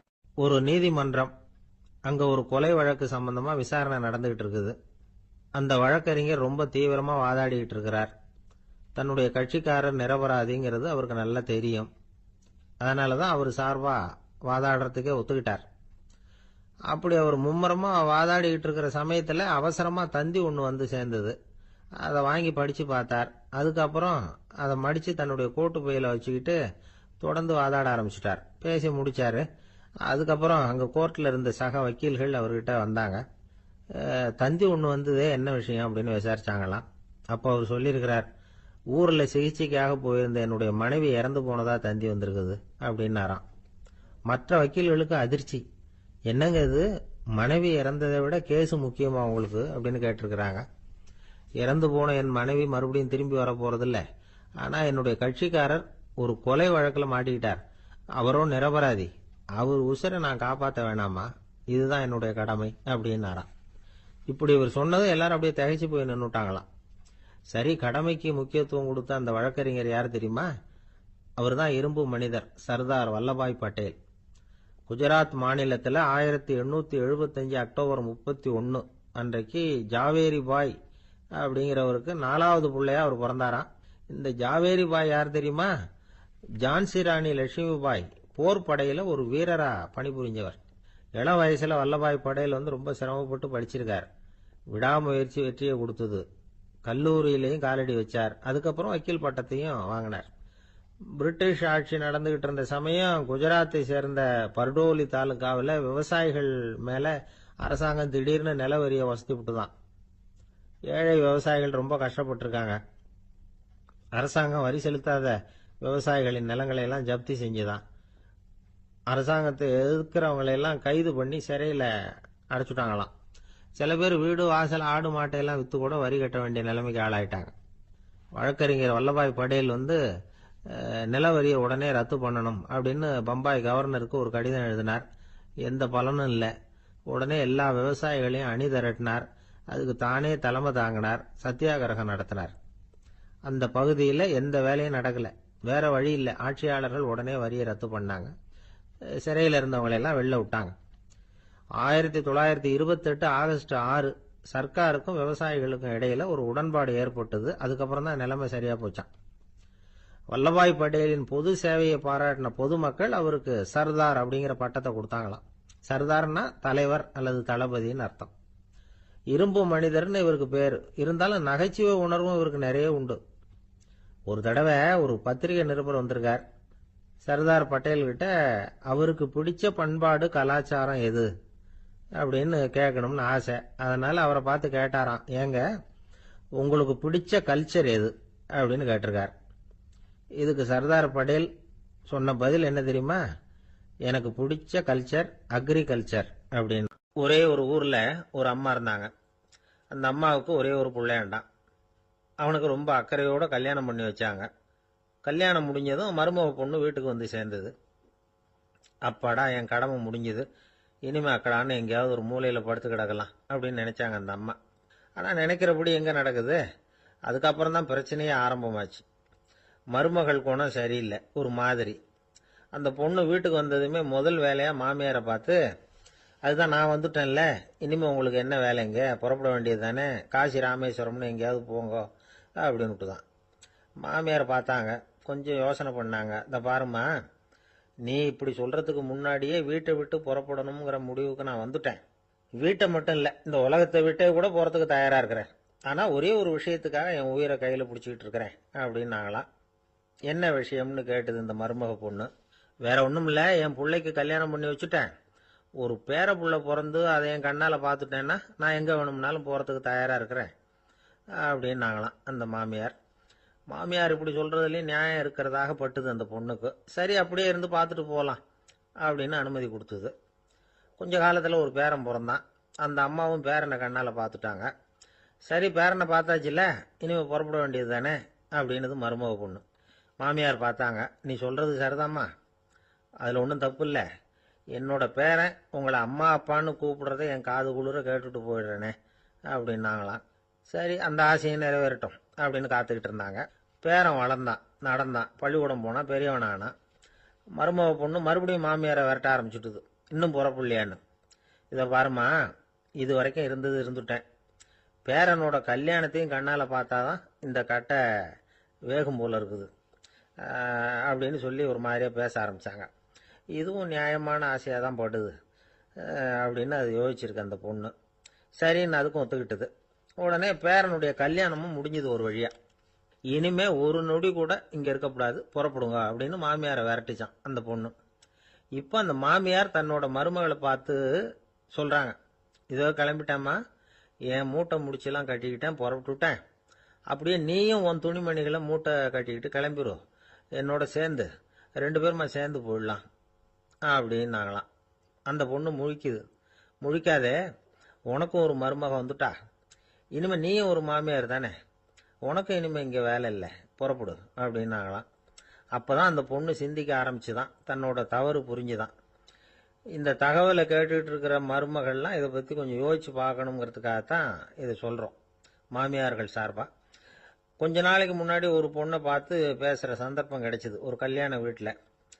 அந்த பொண்ணு சொல்லிச்சு, சார் எனக்கு கல்யாணம் ஆகி 15 வருஷம் ஆகுது, நான் மாமியார்கிட்ட சண்டை போட்டதே இல்லை அப்படின்னு ரொம்ப அடக்கமாக சொல்லிச்சு. அது எப்படிம்மா சாத்தியமாச்சுன்னு கேட்டோம். எனக்கு கல்யாணம் ஆகி 15 வருஷம்தான் ஆச்சு, ஆனால் என் மாமியார் செத்து போய் 20 வருஷத்துக்கு மேலே ஆயிட்டுது அப்படின்னுது. ஒருத்தர் வேகமாக நடந்து போகிறார். கடத்தெருவில் ஒரு ஸ்வீட்டு கடையை பார்க்குறார். உடனே சடன் பிரேக் போட்டது மாதிரி நிற்கிறார். ஒரு ஸ்வீட் வாங்கி சாப்பிடலாமேன்னு மனசு சொல்லுது. டாக்டர் வேணாம்னு சொல்லியிருக்கிறார், உடம்புக்கு ஒத்துக்காது, அதனால் அது வேணாம்னு சொல்லுது அறிவு. இவர் மனசு சொல்கிறத கேட்கல, அறிவு சொல்கிறபடி கேட்குறார். அதனால் மறுபடியும் வேகமாக அங்கேருந்து நடந்து போயிடுறார். அவர் நல்ல மனுஷன். மனுஷனுக்கு அறிவும் இருக்குது, உணர்ச்சியும் இருக்குது. எதுக்கு எடுத்தாலும் உணர்ச்சி வசப்பட்டுக்கிட்டு இருக்கக்கூடாது, அறிவு வசத்தில் நாம் இருக்கணும். அப்போ தான் நாம் நல்லபடியாக வாழ முடியும். இல்லைன்னா அவஸ்தை தான். மகாபாரதத்தில் சந்தனுன்னு சொல்லி ஒரு அரசன் வர்றான். அவன் ஒரு சமயம் அறிவு வசப்படாமல் உணர்ச்சி வசப்படுறான். அதாவது ஒரு நாள் கங்கை கரையில் ஒரு அழகான பொண்ணை பார்க்குறான். இவனுடைய மனசு அவகிட்ட போயிடுது. அவளை கல்யாணம் பண்ணிக்கிறதுக்கு ஆசைப்படுறான். அந்த பொண்ணு சரின்னு சம்மதிக்கிறா. ஆனால் ஒரு நிபந்தனை போடுறா. அந்த நிபந்தனைக்கு சம்மதம்னு சொன்னாதான் உன்னை கல்யாணம் பண்ணிக்குவேன்னு சொல்றா. சரி, அவ போட்ட நிபந்தனை என்ன தெரியுமா? இது மாதிரி நான் உங்க மனசு புண்படுற மாதிரி எந்த காரியம் பண்ணாலும் நீங்க என்ன ஏன்னு கேட்கக்கூடாது, நான் செய்யற காரியத்தை தடுக்கவும் கூடாது. அப்படி நீங்க செஞ்சா அடுத்த கணமே நான் உங்களை பிரிஞ்சு போயிடுவேன். இதுதான் அந்த பொண்ணு போட்ட நிபந்தனை. சந்தன அரசன் இந்த நிபந்தனையை ஒத்துக்கலாமா? இதை அறிவுபூர்வமா யோசிச்சிருந்தா இதுக்கு கட்டுப்பட்டுருக்க மாட்டான். இந்த நிபந்தனைக்கு நான் சம்மதிக்க மாட்டேன்னு தான் சொல்லியிருக்கணும். ஆனா அவன் அந்த நேரத்துல உணர்ச்சி வசத்துல இருந்தான். அதனால நீ என்ன சொன்னாலும் சரின்னு ஒத்துக்கிட்டான். அவளை கல்யாணம் பண்ணிக்கிட்டான். இதனால என்ன ஆச்சு? 7 பச்சை இளம் குழந்தைகளை பிறந்த உடனே அவ கங்கையில தூக்கி எறிஞ்சு கொல்லக்கூடிய கோர காட்சியை இவன் ஒண்ணு பின்னாடி ஒன்னா பார்க்க வேண்டியதா போச்சு. கடைசியில 8வது குழந்தை பிறந்ததுன்னு தான் அவனுடைய அறிவு மேலோங்குது. அந்த கொடிய செயலை தடுத்து நிறுத்துறான். அந்த 8வது குழந்தை தான் பின்னாடி பீஷ்மர் ஆகிறார். ஒரு பக்தி பிரசங்கத்துல ஒரு பேச்சாளர் இந்த விஷயத்தை சொல்லிவிட்டு இன்னொரு விஷயமும் சொன்னார். அது என்னன்னா, சந்தனு மன்னன் அறிவுக்கும் உணர்ச்சிக்கும் நடுவில் அகப்பட்டு தவிச்சதுனால அவன் வம்சத்துல வந்த கௌரவர்கள் உணர்ச்சி வசப்பட்டாங்க, பாண்டவர்கள் அறிவு வசப்பட்டாங்க அப்படின்னு சொன்னார்.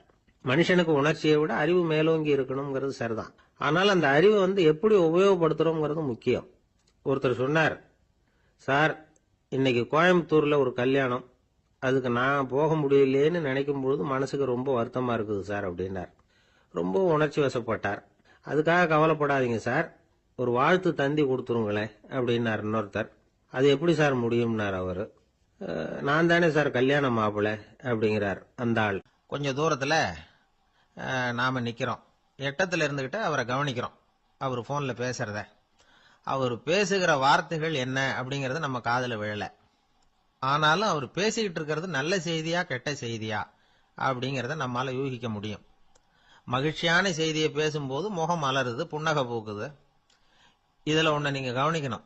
தொலைபேசியில நாம பேசுறப்போ நம்மோட பேசுறவர் எதிரில் இல்ல. அவர் தொலைபேசி வழியா நம்ம குரலை மட்டும்தான் கேட்க போறார். நம்ம முகத்தை அவர் பார்க்க போறதில்ல. அப்படி இருந்தும் அப்ப நம்ம முகம் ஏன் மலரணும் அப்படின்னா, இதுதான் உடல் மொழி, பாடி லாங்குவேஜ் அப்படின்னு சொல்றாங்க. நம்ம அறியாமலேயே நம்ம உடம்பு செய்திகளை தெரிவிக்குது பாருங்க, அதுதான் உடல் மொழி. ஒரு மனிதர் தொலைபேசியில பேசிக்கிட்டு இருக்கிறத நீங்க தூரத்துல இருந்து கவனிச்சுக்கிட்டே அவர் நண்பரோட பேசுறாரா, மனைவியோட பேசுறாரா, குழந்தையோட பேசுறாரா, இல்ல மேல் அதிகாரி கிட்ட பேசுறாரா, அல்லது அவருக்கு கீழே பணிபுரிகிறவர்கள் கிட்ட பேசுறாரா அப்படிங்கறத கண்டுபிடிக்கலாம். அதுக்கு காரணம் அவருடைய உடல் மொழி. இந்த உடல் மொழி கூட நம்ம வாழ்க்கையின் முன்னேற்றத்துக்கு பயன்படும். இத பத்தியெல்லாம் கூட சில நிபுணர்கள் ஆராய்ச்சி பண்ணி பார்த்திருக்கிறாங்க. அவங்க சில விவரங்களை சொல்றாங்க. குறிப்பா ஒருத்தர் தன்னுடைய நாற்காலியில கிட்டத்தட்ட படுத்துக்காத குறையா உட்கார்ந்துருக்கிறாருன்னு வச்சுங்க. எதிர இருக்கிறவர் பேசுறது அவருக்கு பிடிக்கலன்னு அர்த்தமா. தலையை சொரிஞ்சுக்கிறது, வேற வேற திசைகளில் பார்க்கறது, கொட்டாவி விடுறது, கால்களை மாத்தி போட்டு உட்கார்றது, களைப்பா கை விரல்களை அப்படியே பின்னிக்கிறது, அடிக்கடி கடிகாரத்தை பார்க்கறது, இப்படிலாம் ஒருத்தர் பண்ணிட்டு இருக்கிறாருன்னா நாம கூடிய சீக்கிரம் அந்த இடத்த விட்டு எழுந்திரிச்சு வந்துடுறது நல்லது. ஏன்னா இதெல்லாம் அவருடைய சலிப்பு, சோர்வு, ஆர்வமின்மை இதுக்கு அடையாளங்கள். நம்முடைய பேச்சு அவரை சலிப்படைய வச்சுட்டதுன்னு அர்த்தம். அவர் ரொம்பவும் சோர்ந்து போயிட்டாருன்னு பொருள். நம்முடைய பேச்சில் அவருக்கு ஆர்வம் இல்லைன்னு அர்த்தம்.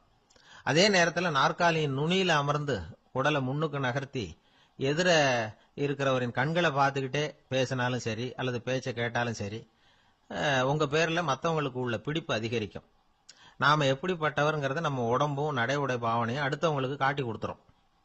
உங்க உடம்பு, உங்க பார்வை, நடை, உட்கார்ற விதம், இதை வச்சுக்கிட்டே நீங்க பொறுப்புள்ளவரா, முரடரா, அலட்சியமானவரா, மரியாதை தெரிஞ்சவரா, அடக்கமானவரா, நம்பிக்கைக்கு உரியவரா, நாணயம் இல்லாதவரா, பயந்தவரா, திறமசாலியா, அப்பாவியா அப்படிங்கறதெல்லாம் கண்டுபிடிச்சிடலாம். அதனால இந்த உடல் மொழியை புரிஞ்சுக்கிட்டு நம்மளை கொஞ்சம் சரிப்படுத்திக்கிட்டோம்னா வாழ்க்கையில சுலபமா பல காரியங்களை சாதிக்க முடியும். ஒரு மனநல மருத்துவமனை, அங்க ஒருத்தர் ஒரு நாற்காலியில உட்காந்துக்கிட்டு கார் ஓட்டுறது மாதிரி அப்படி பாவனை பண்ணிட்டு இருந்தார். ஸ்டேரிங்கை திருப்புறது மாதிரி, பின்னாடி வர்ற வண்டியை நிக்க சொல்றது மாதிரி, அப்புறம் இவரு ஒதுங்கிக்கிட்டு அவருக்கு வழி விடுறது மாதிரி, இப்படிலாம் சேட்டைகள் பண்ணிட்டு இருந்தார் மனநல மருத்துவமனையில. இத பார்த்துக்கிட்டு இருந்த ஒருத்தர் பக்கத்துல இருந்த இன்னொருத்தர்கிட்ட கேட்டார், இவர் ஏன் இப்படி பண்றாரு, இவருக்கு ஏன் அப்படி வந்தது நிலைமை அப்படின்னு சொல்லி அவர் விசாரிச்சார். அப்ப அவர் விவரம் சொன்னார். வேற ஒண்ணும் இல்லைங்க, இவருக்கு கார் ஓட்டணும்னு ஆசை ரொம்ப காலமா, அது நிறைவேறாம போயிட்டுது. அதுக்கப்புறம் அவர் மனநோயாளியா மாறிட்டார்.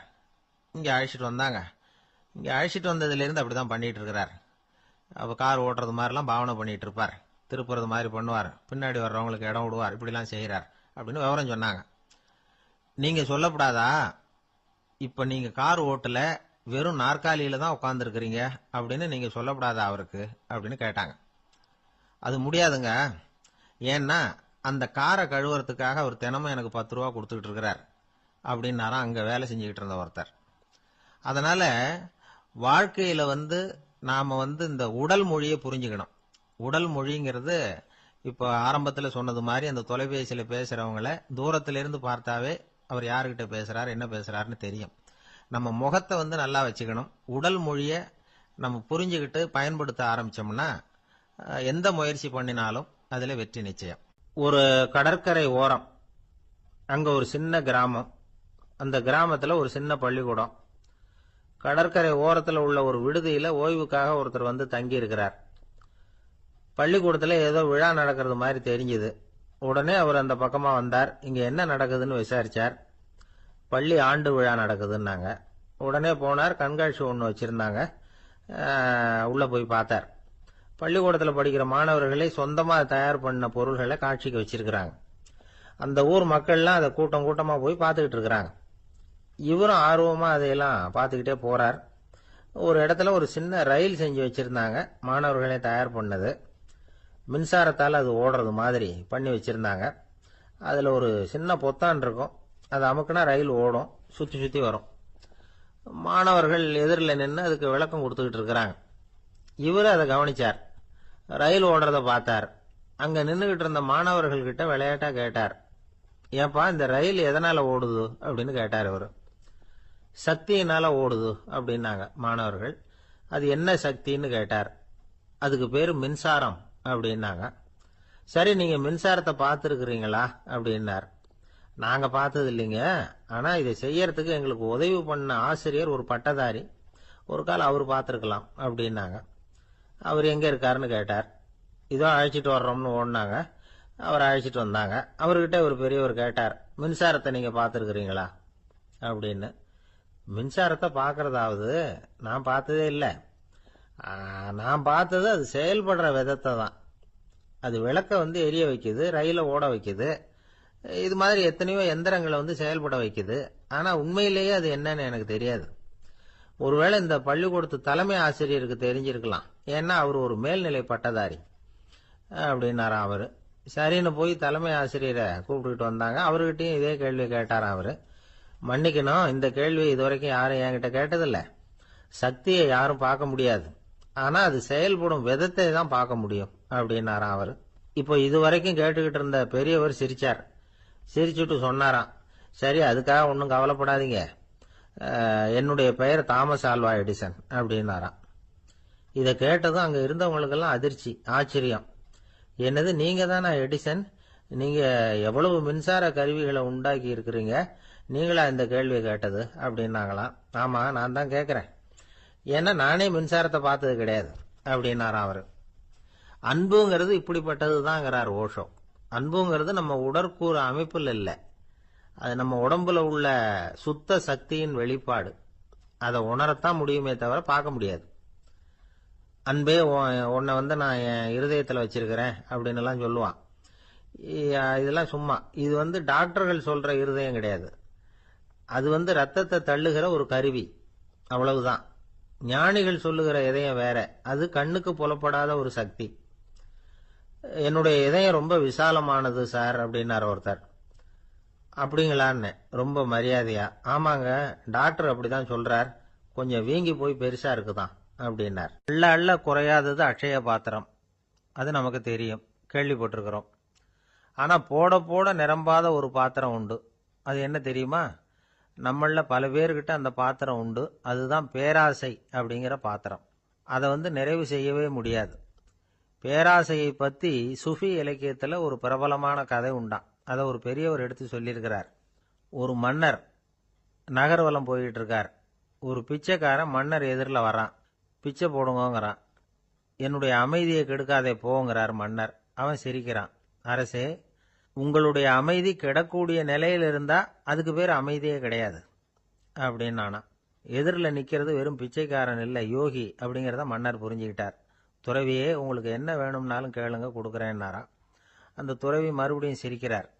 அரசே, உங்களால முடியாததையெல்லாம் கொடுக்க முடியும்னு சத்தியம் செய்யாதீங்க அப்படின்னார். மன்னருக்கு கோபம் வந்துட்டுது. என்ன இவர் இப்படி சொல்றாரு அப்படின்னு நினைச்சார். நகர்வலத்தை பாதியிலேயே நிறுத்தினார். வாங்க அரண்மனைக்குன்னார். துறவியை அழைச்சிக்கிட்டு அரண்மனைக்கு வந்துட்டார். துறவி தன்கிட்ட இருந்த பிச்சை பாத்திரத்தை நீட்டினார். இது நிறைய எனக்கு பொற்காசுகள் வேணும் அப்படின்னாராம். அவ்வளவுதானா, இது ஒரு பெரிய காரியமா அப்படின்னு கையை தட்டினாராம் மன்னர். ஒரு பெரிய தாம்பாளம் நிறைய பொற்காசுகள் சேர்ந்தது. அதை அள்ளி போட்டார். போட போட அந்த பிச்சை பாத்திரம் நிரம்பவே இல்லை. பொற்காசுகள் போட போட அவ்வளவையும் உள்ள வாங்கிக்கிட்டே இருக்குது. அரசாங்க கஜானாவே காலி ஆயிட்டுது. மூட்டை மூட்டையா பொற்காசுகளை கொட்டி பார்த்துட்டாங்க. அது முழுங்கிக்கிட்டே இருக்குது. கடைசி வரைக்கும் அந்த பிச்சை பாத்திரம் நிரம்பவே இல்லை. அரசர்கிட்ட இருந்த கர்வம் போயிட்டுது. அப்படியே பொத்துன்னு துறவி காலில் விழுந்தார். அப்போ அந்த துறவி சொன்னாராம், மன்னா, இந்த பிச்சை பாத்திரத்தை உங்களால மட்டும் இல்லை, வேற யாராலையும் நிரப்ப முடியாது. அதுக்கு என்ன காரணம்னா, இது சாதாரண பிச்சை பாத்திரம் இல்லை, பேராசைகளோட வாழ்ந்து செத்து போன ஒரு மனிதனின் மண்டை ஓடுது அப்படின்னாராம். பாருங்க, இதுதான் அந்த சுஃபி இலக்கிய கதை. செத்த பிறகும் நிறைவு இல்லைன்னா அது எப்பேற்பட்ட பேராசையா இருக்கும்னு யோசிச்சு பார்த்துங்க. நம்மால் ஒருத்தர் கல்யாணம் பண்ணிக்க பொண்ணு பார்த்துக்கிட்டு இருந்தார். அழகு, அறிவு, படிப்பு எதுவும் தேவையில்லை, பணம் மட்டும் இருந்தா போதும் அப்படின்னு பார்க்கறவங்க கிட்ட எல்லாம் சொல்லி வச்சார். ரொம்ப நாளைக்கு அப்புறம் ஒரு பணக்காரர் கிடைச்சார். அவர் சொன்னார், இதை பாருங்க, எனக்கு 20 வயசுல ஒரு மகள், அவளை நீங்க கல்யாணம் பண்ணிக்கிட்டா 2 லட்சம் பணம் கொடுப்பேன். 25 வயசுல ஒரு பொண்ணு, அவளை கல்யாணம் பண்ணிக்கிட்டா 2.5 லட்சம் தருவேன். 30 வயசுல ஒரு பொண்ணு இருக்கா, அவளை கல்யாணம் பண்ணிக்கிட்டா 3 லட்சம் தருவேன். என்ன சொல்ற அப்படின்னாராம். இவன் கொஞ்ச நேரம் யோசிச்சு பார்த்துருக்கான். அதுக்கப்புறம் மெதுவா அவரை நிமிந்து பார்த்து, ஏன் சார், உங்ககிட்ட 50 வயசுல ஏதாவது பொண்ணு இருக்கா அப்படின்னு கேட்டானா. ஒரு ஊர்ல ஒரு ஞானி இருக்கிறார். ரொம்ப பெரிய ஞானி. ரொம்ப வயசாயிட்டுது. கடைசி காலத்துல அவர்கிட்ட சில பேர் வந்தாங்க. உங்க குரு யார் அப்படின்னு கேட்டாங்க. அவர் நிமிந்து பார்த்தார். எனக்கு ஆயிரக்கணக்கான குருமார்கள் உண்டு, அவங்க பேரெல்லாம் சொல்லணும்னா இந்த காலம் பத்தாது. ஆனா முக்கியமான ஒரு 3 பேரை பத்தி மட்டும் உங்களுக்கு சொல்றேன் அப்படின்னாராம். அப்புறம் சொன்னார், அந்த 3 பேர்ல ஒருத்தன் ஒரு திருடன். ஒரு சமயம் ஒரு பாலைவனம் வழியா நான் போய்கிட்டு இருந்தேன். அப்போ வழி தவறி போய் ஒரு கிராமத்துக்கு போயிட்டேன். அது இருட்டு நேரம், நடுராத்திரி, ஊரே உறங்கி போச்சு. அந்த நேரத்தில் ஒரு ஆள் மட்டும் ஒரு வீட்டு சுவத்தில் ஏதோ பண்ணி உள்ளே நுழையிறதுக்கு முயற்சி பண்ணிட்டு இருக்கிறான். அவங்கிட்ட போய், நான் இன்னைக்கு இங்கே எங்கே தங்க முடியும் அப்படின்னு கேட்டேன். அதுக்கு அவன், இந்த ராத்திரி வேளையில் அது ரொம்ப சிரமம், ஒரு திருடனோட உங்களால் தங்க முடியும்னா நீங்கள் என்னோட தங்கலாம் அப்படின்னா. நான் அவங்க கூட 1 மாதம் தங்கியிருந்தேன். ஒவ்வொரு நாள் ராத்திரியும், இப்போ நான் என்னுடைய வேலைக்கு போகிறேன், நீங்கள் ஓய்வு எடுத்துக்கோங்க அப்படின்னு சொல்லிவிட்டு போவான். அவன் திரும்பி வந்த உடனே உனக்கு ஏதாவது கிடைச்சதான்னு நான் கேட்பேன். அதுக்கு அவன், இன்னைக்கு ராத்திரி ஒன்றும் இல்லை, நாளைக்கு மறுபடியும் முயற்சி பண்ணுவேன் அப்படின்பா. எப்பவும் அவன் நம்பிக்கை இழந்ததே கிடையாது. எப்பவும் சந்தோஷமாகவே இருப்பான். நானும் ரொம்ப காலமாக தியானம் பண்ணிக்கிட்டே இருந்தேன். ஒன்றுமே நடக்கலை. ஆனால் நான் என்ன பண்ணேன் தெரியுமா? மனசு வருத்தப்படும், நம்பிக்கை இழந்துருவேன். அப்போல்லாம் அந்த திருடனுடைய விடாமுயற்சி தான் ஞாபகத்துக்கு வரும். அதனால் அந்த திருடன் எனக்கு ஒரு குரு. என்னுடைய 2வது குரு யாருன்னா அது ஒரு நாய். இது எப்படின்னா, ஒரு சமயம் எனக்கு ரொம்ப தாகமாக இருந்தது. ஒரு நதியை நோக்கி போய்கிட்டு இருந்தேன். அப்போ ஒரு நாயும் வந்தது. அதுக்கும் தாகம். ஓடி வந்து ஆற்றை பார்த்தது. அதோட நிழல் வந்து ஆற்றுல தெரிஞ்சது. அதை பார்த்ததும் பயந்துட்டுது அது. அதாவது அது தன்னுடைய சொந்த உருவத்தையே கண்டு பயந்தது. அதை பார்த்து குறைக்குது, திரும்பி ஓடிச்சு. ஆனால் அதுக்கு தாகம் அதிகமாக இருந்ததுனால அது மறுபடியும் திரும்பி வந்தது. பார்த்தா மறுபடியும் தண்ணியில் நாயோட உருவம் தெரியுது. இப்படி சில தடவை பண்ணிச்சு. இருந்தாலும் கடைசியில் தண்ணியில் குதிச்சுட்டுது துணிஞ்சி. இப்படி குதித்த உடனே அதோட உருவமும் மறைஞ்சுட்டுது. இதை பார்த்தேன். நான் என்ன புரிஞ்சுக்கிட்டேன்னா, எவ்வளவுதான் பயம் இருந்தால் கூட ஒருத்தன் தைரியமாக காரியத்தில் இறங்கணும் அப்படிங்கிறத புரிஞ்சுக்கிட்டேன். இந்த போதனை அந்த நாய்கிட்ட இருந்து எனக்கு கிடைச்சிது. இது ஒன்று. அடுத்தது என்னுடைய 3வது குரு யாருன்னா அது ஒரு சின்ன குழந்தை. நான் ஒரு சமயம் ஒரு நகரத்துக்கு போனேன். அங்கே ஒரு குழந்தை எரிகிற மெழுகுவத்தி ஒன்று எடுத்துக்கிட்டு வந்தது. நான் அந்த குழந்தைய பார்த்து வேடிக்கையாக கேட்டேன், ஏன் பாப்பா இந்த மெழுகுவத்தியை நீயாவே கொளுத்துனியா அப்படின்னு கேட்டேன். ஆமான்னுது அந்த குழந்தை. சரி, இந்த மெழுகுவத்தி முன்னாடி எரியாமல் இருந்தது, இப்போ எரியுது. இந்த மெழுகுவத்திக்கு வெளிச்சம் எங்கேருந்து வந்தது? அதை எனக்கு காட்ட முடியுமா அப்படின்னு கேட்டேன் அந்த குழந்தைகிட்ட. இதுக்கு அந்த குழந்தை சிரிச்சுக்கிட்டு அந்த மெழுகுவத்தியை ஊதி அணைச்சுட்டுது. அதுக்கப்புறம் என்னை பார்த்து கேட்டுது, இப்போ இந்த மெழுகுவத்தியின் வெளிச்சம் போனதை பார்த்தீங்க இல்லையா, அது எங்கே போச்சுன்னு எனக்கு சொல்லுங்க அப்படின்னுது. அந்த குழந்தை இப்படி கேட்டதும் என்கிட்ட இருந்த ஆணவம் அழிஞ்சுட்டுது. நான் படித்ததெல்லாம் அந்த வினாடியில் சுக்கு நூறாக போயிட்டுது. என்னுடைய முட்டாள்தனத்தை நான் உணர்ந்தேன் அப்படின்னு இவ்வளவும் அந்த ஞானி விவரமாக சொன்னாராம். அதனால் நாம் இன்னார்கிட்டே இருந்து தான் இதை கற்றுக்கணுங்கிறது இல்லை, யாருக்கிட்டே இருந்தும் எதையும் கற்றுக்கலாம். நம்மால் ஒருத்தன் ஒரு நாய் வளர்த்துக்கிட்டு இருந்தான். அந்த நாய்க்கு வால் கிடையாது. யாரோ ஏற்கனவே வெட்டி எடுத்துட்டாங்க. இந்த நாய் தான் சார் எனக்கு குரு, அதுகிட்டே இருந்து கூட நான் பாடம் கற்றுக்கிட்டு இருக்கிறேன் அப்படின்னா. அப்படி என்ன கற்றுக்கிட்டேன் இந்த வால் இல்லாத நாய்கிட்டே இருந்து அப்படின்னு கேட்டோம். நாம் யாருக்கிட்டையும் வாலாட்டக்கூடாது அப்படிங்கிற பாடத்தை அதுகிட்டே இருந்து தான் நான் கற்றுக்கிட்டேன் அப்படின்னா. ஒரு தீக்குச்சி தீப்பெட்டியை பார்த்து கேட்டுதான், நாம் 2 பேரும் தானே உரசிக்கிறோம், ஆனால் நான் மட்டும் தீ பிடிச்சி எரிஞ்சு போகிறேன், நீ அப்படியே இருக்கிறியே அப்படின்னு தான். அதுக்கு தீப்பெட்டி சொல்லியிருக்குது, உனக்கு தலையில் கணம் இருக்குது அதனால் அழிஞ்சு போகிற அப்படின்னு தான். எப்படி இருக்கு பாருங்கள் இந்த பதில். தலையில் கணம் உள்ளவங்க யாருமே சரியாக இருக்க முடியாது. எவ்வளவு பெரியவங்களாக இருந்தாலும் சரி, ரொம்ப கஷ்டம்தான் அது. கர்வம்ங்கிறது கூடவே கூடாது. இதை விளக்கறதுக்கு மகான் ஒருத்தர் ஒரு சம்பவத்தை சொல்கிறார். அர்ஜுனன் வந்து தீர்த்த யாத்திரை பண்ணானா. அப்போ தென்னிந்தியாவுக்கு வந்திருக்கிறான். ராமேஸ்வரத்துக்கு போனப்போ அங்கே இலங்கைக்கு கல்லுலாம் அடுக்கி போடப்பட்டிருந்த பாலத்தை பார்த்தானா. ஒரு சின்ன குரங்கு அதுக்கு பக்கத்தில் விளையாடிக்கிட்டு இருந்திருக்கு. அதை பார்த்துட்டு அர்ஜுனன் சிரிச்சிருக்கான். ஏன் சிரிக்கிறேன்னு கேட்டிருக்கு அந்த குரங்கு. ராமன் மிகச்சிறந்த வில் வீரன். அப்படி இருக்கிறப்போ அவன் வந்து இலங்கைக்கு அம்புகளாலேயே ஒரு பாலம் கட்டியிருக்கலாம். அதை விட்டுட்டு போயும் உன்ன மாதிரி குரங்குகளை துணையாக வச்சுக்கிட்டு இப்படி ஒரு கருங்கல் பாலத்தை கட்டியிருக்கிறானே அப்படின்னு நானா. அம்புகளால் பாலம் கட்ட முடியுமா அப்படின்னு கேட்டுதான் குரங்கு. ஏன் முடியாது, என்னால் முடியுமேன்னு இருக்கான் அர்ஜுனன். அம்பால் பாலம் கட்டலாம், இருந்தாலும் என்ன மாதிரி குரங்குகள் ஏறி நடந்தா அது தாங்குமா?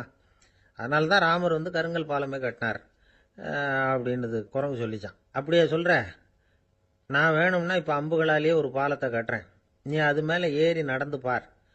பாலம் விழுந்துட்டுதுன்னா நான் தீ மூட்டி அதில் குதித்து உயிர் தியாகம் பண்ணி விடுறேன் அப்படின்னு நான் ரொம்ப கோபமாக. உடனே அந்த சின்ன குரங்கு பெரிய உருவம் எடுத்துட்டு தான் கையில் கதையோடு அர்ஜுனன் முன்னாடி நிற்கிறான் அனுமன். பார்த்தா, என்னுடைய தலைவர் ராமரையா இழிவாக பேசுகிற, நீ இப்போ பாலம் கட்டு, நான் என்னுடைய பலத்தை காட்டுறேன் அப்படின்னா அனுமன். அர்ஜுனன் வந்து தன்னுடைய காண்டிபத்தை எடுக்கிறான், சரமாரியாக அம்புகளை விடுறான். அதெல்லாம் ஒன்னோட ஒன்று கோத்துக்கிட்டு அப்படியே பாலம் மாதிரி நிற்கிது. அர்ஜுனன் தலை நிமிர்ந்து நின்னான். அனுமன் வந்து உயர கிளம்பி அங்கேருந்து பாலத்தில் வந்து பொத்துன்னு இறங்கினான். பாலம் அப்படியே நொறுங்கி போச்சு தூள் தூளா. என்ன அர்ஜுனா, இப்போ என்ன செய்ய போகிற அப்படின்னா ஏளனமா. அர்ஜுனன் தலையை தொங்க போட்டுக்கிட்டான். சொன்னபடி தீ மூட்டி அதில் குதிக்கிறதுக்காக 3 தடவை சுற்றி வந்தான். அப்போது கிருஷ்ணர் அங்கே வந்தார். என்ன அர்ஜுனா, என்ன நடக்குது, என்ன இது அப்படின்னு ஒன்றும் தெரியாத மாதிரி கேட்டார். அர்ஜுனன் வாயை திறக்கிறதுக்கு முன்னாடி அனுமன் வாயை திறந்தான், நடந்ததை சொன்னான். அர்ஜுனன் சவால் விட்டபடி உயிர் திறந்தே ஆகணும்னா அனுமன். கிருஷ்ணர் யோசனை பண்ணார். நல்லது, இந்த சவால் விட்டதுக்கும் நடந்ததுக்கும் யார் சாட்சி? பெரியவர் ஒருத்தரை சாட்சியாக வச்சுக்கிட்டல்லவா நீங்கள் இந்த போட்டியை நடத்தியிருக்கணும் அப்படின்னார். அதனால் என்ன, இப்போ மறுபடியும் அந்த போட்டியை நடத்தி விட்டா போச்சு, என்னால் அந்த அம்பு பாலத்தை நொறுக்க முடியாதா அப்படின்னா அனுமன். சரி, இப்போ மறுபடியும் அது நடக்கட்டும்னார் கிருஷ்ணர். அர்ஜுனன் அம்பு பாலம் அமைச்சான். அனுமன் ஏறி குதிச்சான். பாலம் அசைஞ்சு கொடுக்கவே இல்லை, அவ்வளோ உறுதியாக இருக்குது. இப்போ அனுமன் தலையை குனிஞ்சுக்கிட்டான். அர்ஜுனன் நன்றியோடு நிமிர்ந்து பார்த்தான். கிருஷ்ணருடைய தோள்கள்லேயும் முதுகள்லேயும் ரத்தம். என்ன சுவாமி, என்ன நடந்ததுன்னு நான் பதறி போய், உன் அம்பு பாலத்தை நான் தான் முட்டு கொடுத்து தாங்கிக்கிட்டு இருந்தேன். அனுமன் குதிச்சப்போ என் மேலே ஏற்பட்ட காயங்கள் இவை. பின்ன உன்னுடைய அம்பு பலத்தினாலேயா பாலம் நின்றுதுன்னு நினைக்கிற அப்படின்னாராம். முதல்ல அர்ஜுனன், அப்புறம் அனுமன் 2 பேருக்குமே கர்வ பங்கம் ஆயிட்டு தான். அதாவது அவங்க கிட்ட இருந்த கர்வம் போயிட்டுது. யாரா இருந்தாலும் கர்வம் கூடாதுங்கிறத இதிலிருந்து நாம புரிஞ்சுக்கணும். இந்த காலத்துல நாமெல்லாம் எந்த விஷயத்துக்கெல்லாம் கர்வப்பட்டுக்கிட்டு இருக்கோம் தெரியுமா? 2 பெண்கள் தங்களுடைய கணவன்மார்களை பத்தி ரொம்ப பெருமையா பேசிக்கிட்டாங்களாம். அதுல ஒரு அம்மா சொல்லியிருக்கு, என் வீட்டுக்காரர்கிட்ட எந்த சப்ஜெக்ட் கொடுத்தாலும் சரி, அந்த விஷயத்தை பத்தி அழகா 1 மணி நேரம் பேசுவார் அப்படின்னாங்களாம். உடனே இன்னொரு அம்மா, அது என்ன பிரமாதம், என் வீட்டுக்காரருக்கு சப்ஜெக்டே தேவையில்லை, விஷயமே இல்லாம நாள் பூரா பேசிக்கிட்டு இருப்பார் அப்படின்னாங்களாம். பந்திக்கு முந்தர ஆசாமிகள் நம்மள பல பேர் உண்டு. அப்படி முந்தறதுக்கு கூட முயற்சி பண்றவங்க நிறைய பேர் இருக்கிறாங்க. இதுல என்ன ஒரு விஷயம்னா, பந்திக்கு முந்தறது கூட தப்பு இல்லை.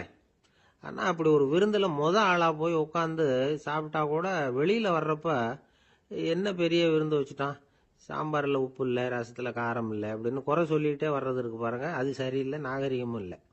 கல்யாண பத்திரிகையில என்ன போட்டிருக்குது, என் பொண்ணுக்கும் இன்னார் பையனுக்கும் கல்யாணம், எல்லாரும் குடும்பத்தோட வந்திருந்து மணமக்களை ஆசீர்வதிக்கணும், இப்படித்தானே போட்டிருக்கோம்.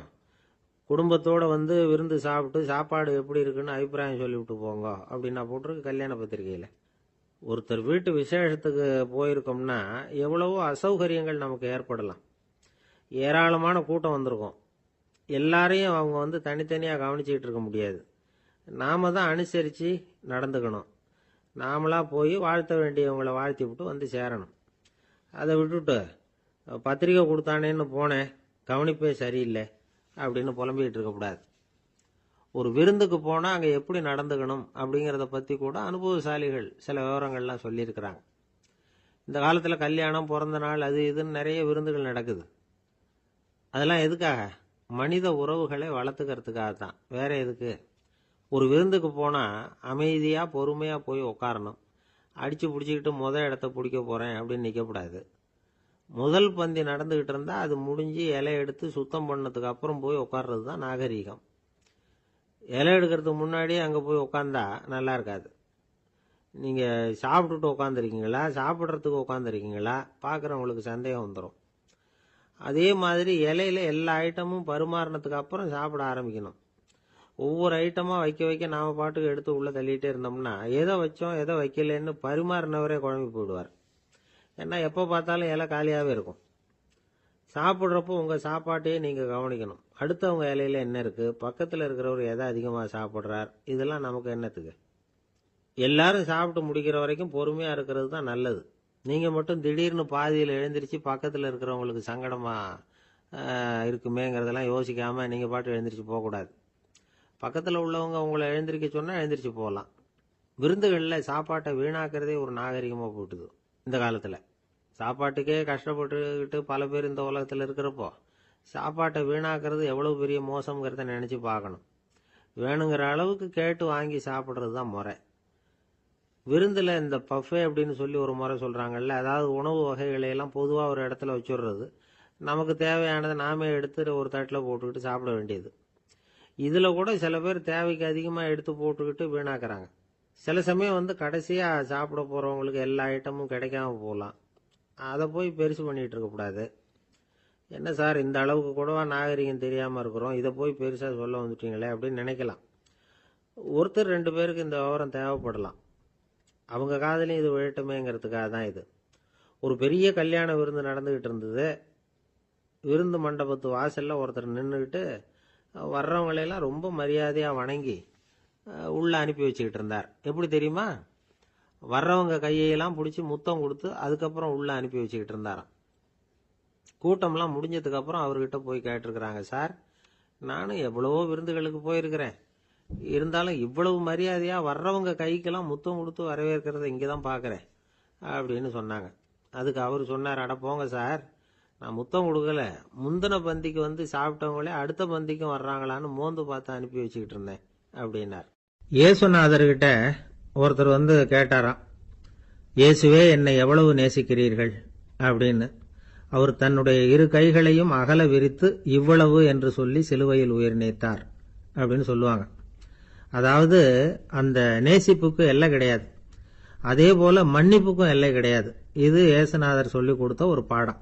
இயேசுனுடைய சீடர்கள்ல ஒருத்தன் பீட்டர், அவன் ஒரு நாள் இயேசுநாதர்கிட்ட கேட்டிருக்கான், இயேசுவே நான் வந்து என்னுடைய தம்பி கிட்ட அடிக்கடி சண்டை போட்டுக்கிட்டு இருக்கிறேன், என்னுடைய சகோதரன் கூட, அவனை நான் எத்தனை தடவை மன்னிக்கிறது? ஏற்கனவே 7 தடவை அவனை மன்னிச்சுட்டேன் அப்படின்னு சொல்லியிருக்கிறான். அப்போ இயேசு சொன்னாராம், மன்னிக்கிறதுக்கு எத்தனை தடவைங்கிற கணக்கெல்லாம் கிடையாது, எத்தனை தடவை உன்னுடைய சகோதரன் உன்னை கோபப்படுத்துகிறானோ அத்தனை தடவை நீ மன்னிக்கிறதுக்கும் தயாரா இருக்கணும், அதுதான் அப்படின்னு சொன்னாராம். அப்போ இவனுக்கு ஒன்றும் புரியல, இது என்ன அவன் தப்பு பண்ணிக்கிட்டே இருப்பான், நாம மன்னிச்சுக்கிட்டே இருக்கிறதா அப்படிங்கிறது மாதிரி குழப்பமா இருந்திருக்கிறான். அப்போ இயேசுநாதர் தன்னுடைய சீடன் பீட்டர் கிட்ட ஒரு கதை சொன்னாராம்.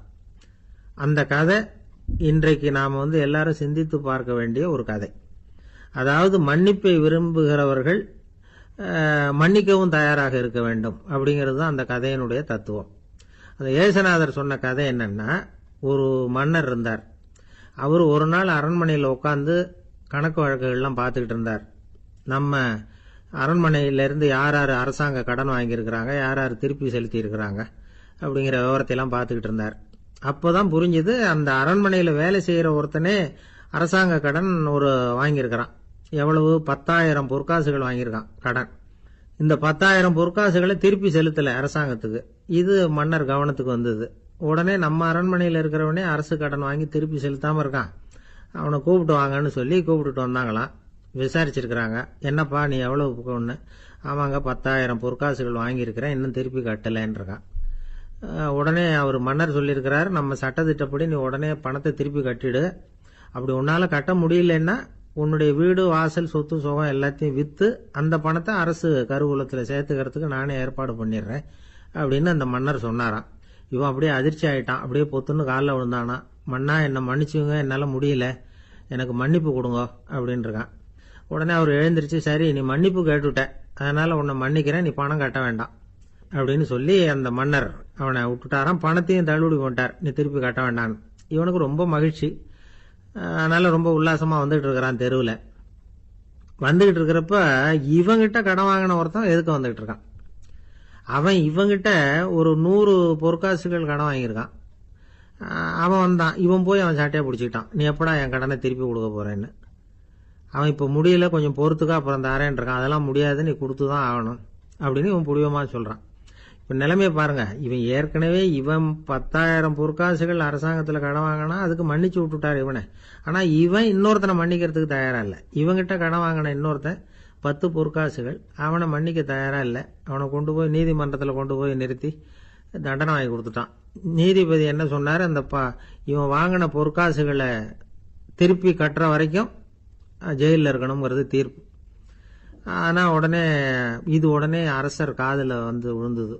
சொல்லிட்டாங்க, உங்ககிட்ட மன்னிப்பு வாங்கிட்டு போனானே ஒருத்தன், அவன் இன்னொருத்தனை மன்னிக்கிறதுக்கு தயாரா இல்லை, அவனை கொண்டு போய் ஜெயிலில் அடைச்சுட்டான் அப்படின்னு. உடனே மன்னர் பார்த்தார், இவனை மறுபடியும் கூப்பிட்டு வர சொன்னார். தபாரப்பா, நான் உன்னை மன்னிச்சு விட்டேன், ஆனா நீ இன்னொருத்தனை மன்னிக்கிறதுக்கு தயாரா இல்லை, அதனால என்னுடைய தீர்ப்பையும் மாத்துறேன், நீயும் அரசு கடன் தீர்ற வரைக்கும் ஜெயிலில் தான் இருக்கணும் அப்படின்னு சொல்லி ஜெயிலுக்கு அனுப்பிச்சுட்டாராம். இப்படி ஒரு கதையை இயேசுநாதர் தன்னுடைய சீடருக்கு சொன்னதாக ஒரு வரலாறு. அது என்ன, அதுல இருந்து நாம புரிந்து கொள்ள வேண்டியதுன்னா, நாம மன்னிக்கப்படணும்னு நாம விரும்புறோம்னா நாம இன்னொருத்தரை மன்னிக்கிறதுக்கு தயாரா இருக்கணும். அதனால நாம இன்னொருத்தரை யாரையும் மன்னிக்க மாட்டோம், ஆனா என்ன இன்னொருத்தர் மன்னிக்கணும் அப்படிங்கறது மாதிரி செய்யக்கூடாதுன்னு சொல்லுவாங்க. அது மாதிரி நாம இப்ப இது தப்பா புரிஞ்சுக்கிறவங்களும் இருக்கிறாங்க. பாவம் மன்னிப்புங்கிறதெல்லாம் எதுக்குன்னா, அதாவது மறுபடியும் பாவம் செய்யாம இருக்கிறதுக்காக தான். அதான் மன்னிக்கிறாரே அப்படிங்கிறதுக்காக மறுபடியும் பாவம் பண்ணிட்டு இருக்கிறது இல்லை. அதான் ஒருத்தர் கேட்டாராம், பாவத்திலிருந்து மன்னிப்பு கிடைக்கணும்னா நீ என்ன செய்யணும் அப்படின்னு கேட்டிருக்காரு. அதுக்கு அவன் சொல்லியிருக்கிறான், நான் முதல்ல பாவம் செய்யணும், அப்பதானே மன்னிப்பு கிடைக்கும் அப்படின்னு நானா. இப்படிப்பட்டவர்கள் தான் இன்னைக்கு உலகத்தில் அதிகமா இருக்கிறாங்க. அதனால இந்த மன்னிப்பின் மகத்துவம்ங்கிறது இயேசுநாதர்கிட்ட தான் நாம புரிஞ்சுக்கணும். அந்த இயேசு சொன்ன அந்த மன்னிக்கிற மனோபாவம் இருந்தால் இன்னைக்கு உலகம் பூராவும் அமைதி பூங்காவாக இருக்கும். அதுல ஒன்றும் ஆச்சரியமே இல்லை, அதுல ஒன்றும் சந்தேகமும் இல்லை. அதனால மன்னிக்கிற மனோபாவத்தை நாம எல்லாரும் நமக்குள்ளே வளர்த்து கொள்ள வேண்டும் அப்படிங்கிறது தான் நாம இன்றைக்கு எல்லோரும் சிந்தித்து பார்க்க வேண்டிய ஒரு செய்தி. ஒரு மனுஷனுக்கு 3 விதத்துல கர்வம் உண்டாகிறதுக்கு வாய்ப்பு உண்டு. பணம், பதவி, புகழ். பணம் அதிகமா வந்தா கர்வம் வரலாம், பதவி பெருசா வந்துட்டுதுன்னா கர்வம் வரலாம், புகழ் அதிகமா போனாலும் கர்வம் வரலாம்.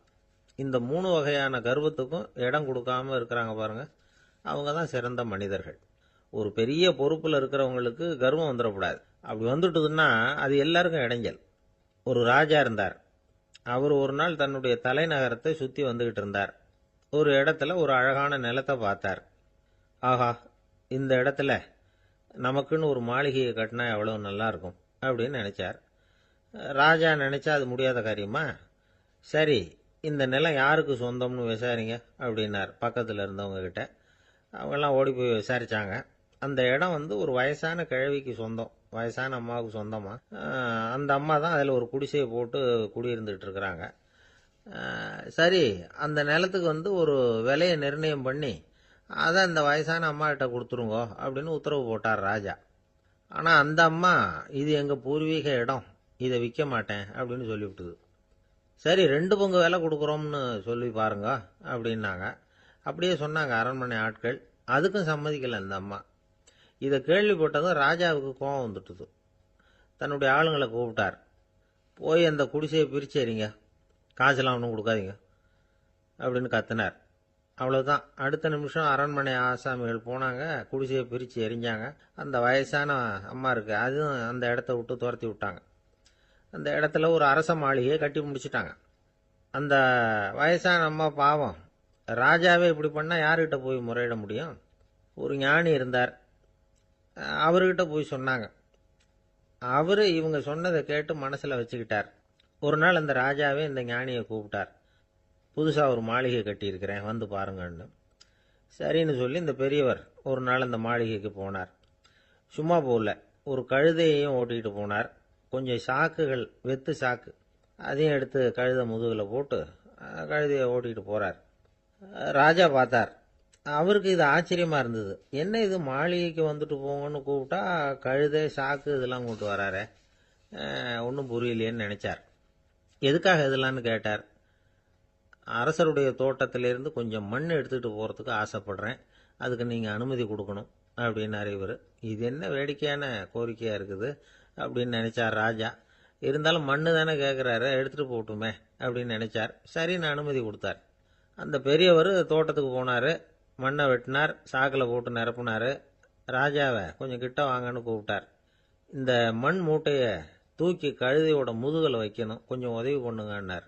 ஓ, பண்றேனே அப்படின்னு சொல்லி ராஜா கிட்ட போனார். மூட்டையை தூக்கி பார்க்கறாரு, முடியல, திணறி போயிட்டார். இப்போ அந்த ஞானி பேசினாராம். அரசே, இந்த ஒரு சாக்கு மண்ணையே உங்களால தூக்க முடியல, அந்த கிழவிகிட்ட இருந்து அந்த அக்கிரமமா அபகரிச்ச இந்த தோட்டம் பூராவையும் சுமக்கணும்னு ஆசைப்படுறீங்களே, அது உங்களால முடியுமா அப்படின்னு கேட்டாராம். ராஜா யோசனை பண்ண ஆரம்பிச்சார். தன்னுடைய செயலுக்காக வருத்தப்பட்டாராம். அந்த வயசான அம்மாவை உடனடியாக வரவழைச்சார். தாயே, தப்பு பண்ணிட்டேன், என்னை மன்னிச்சுக்குங்க, இன்னையிலிருந்து இந்த மாளிகையும் தோட்டமும் உங்களுக்கு தான் சொந்தம் அப்படின்னு சொல்லிவிட்டாராம். போறப்ப இந்த உலகத்திலிருந்து என்னத்தை எடுத்துட்டு போக போறோம்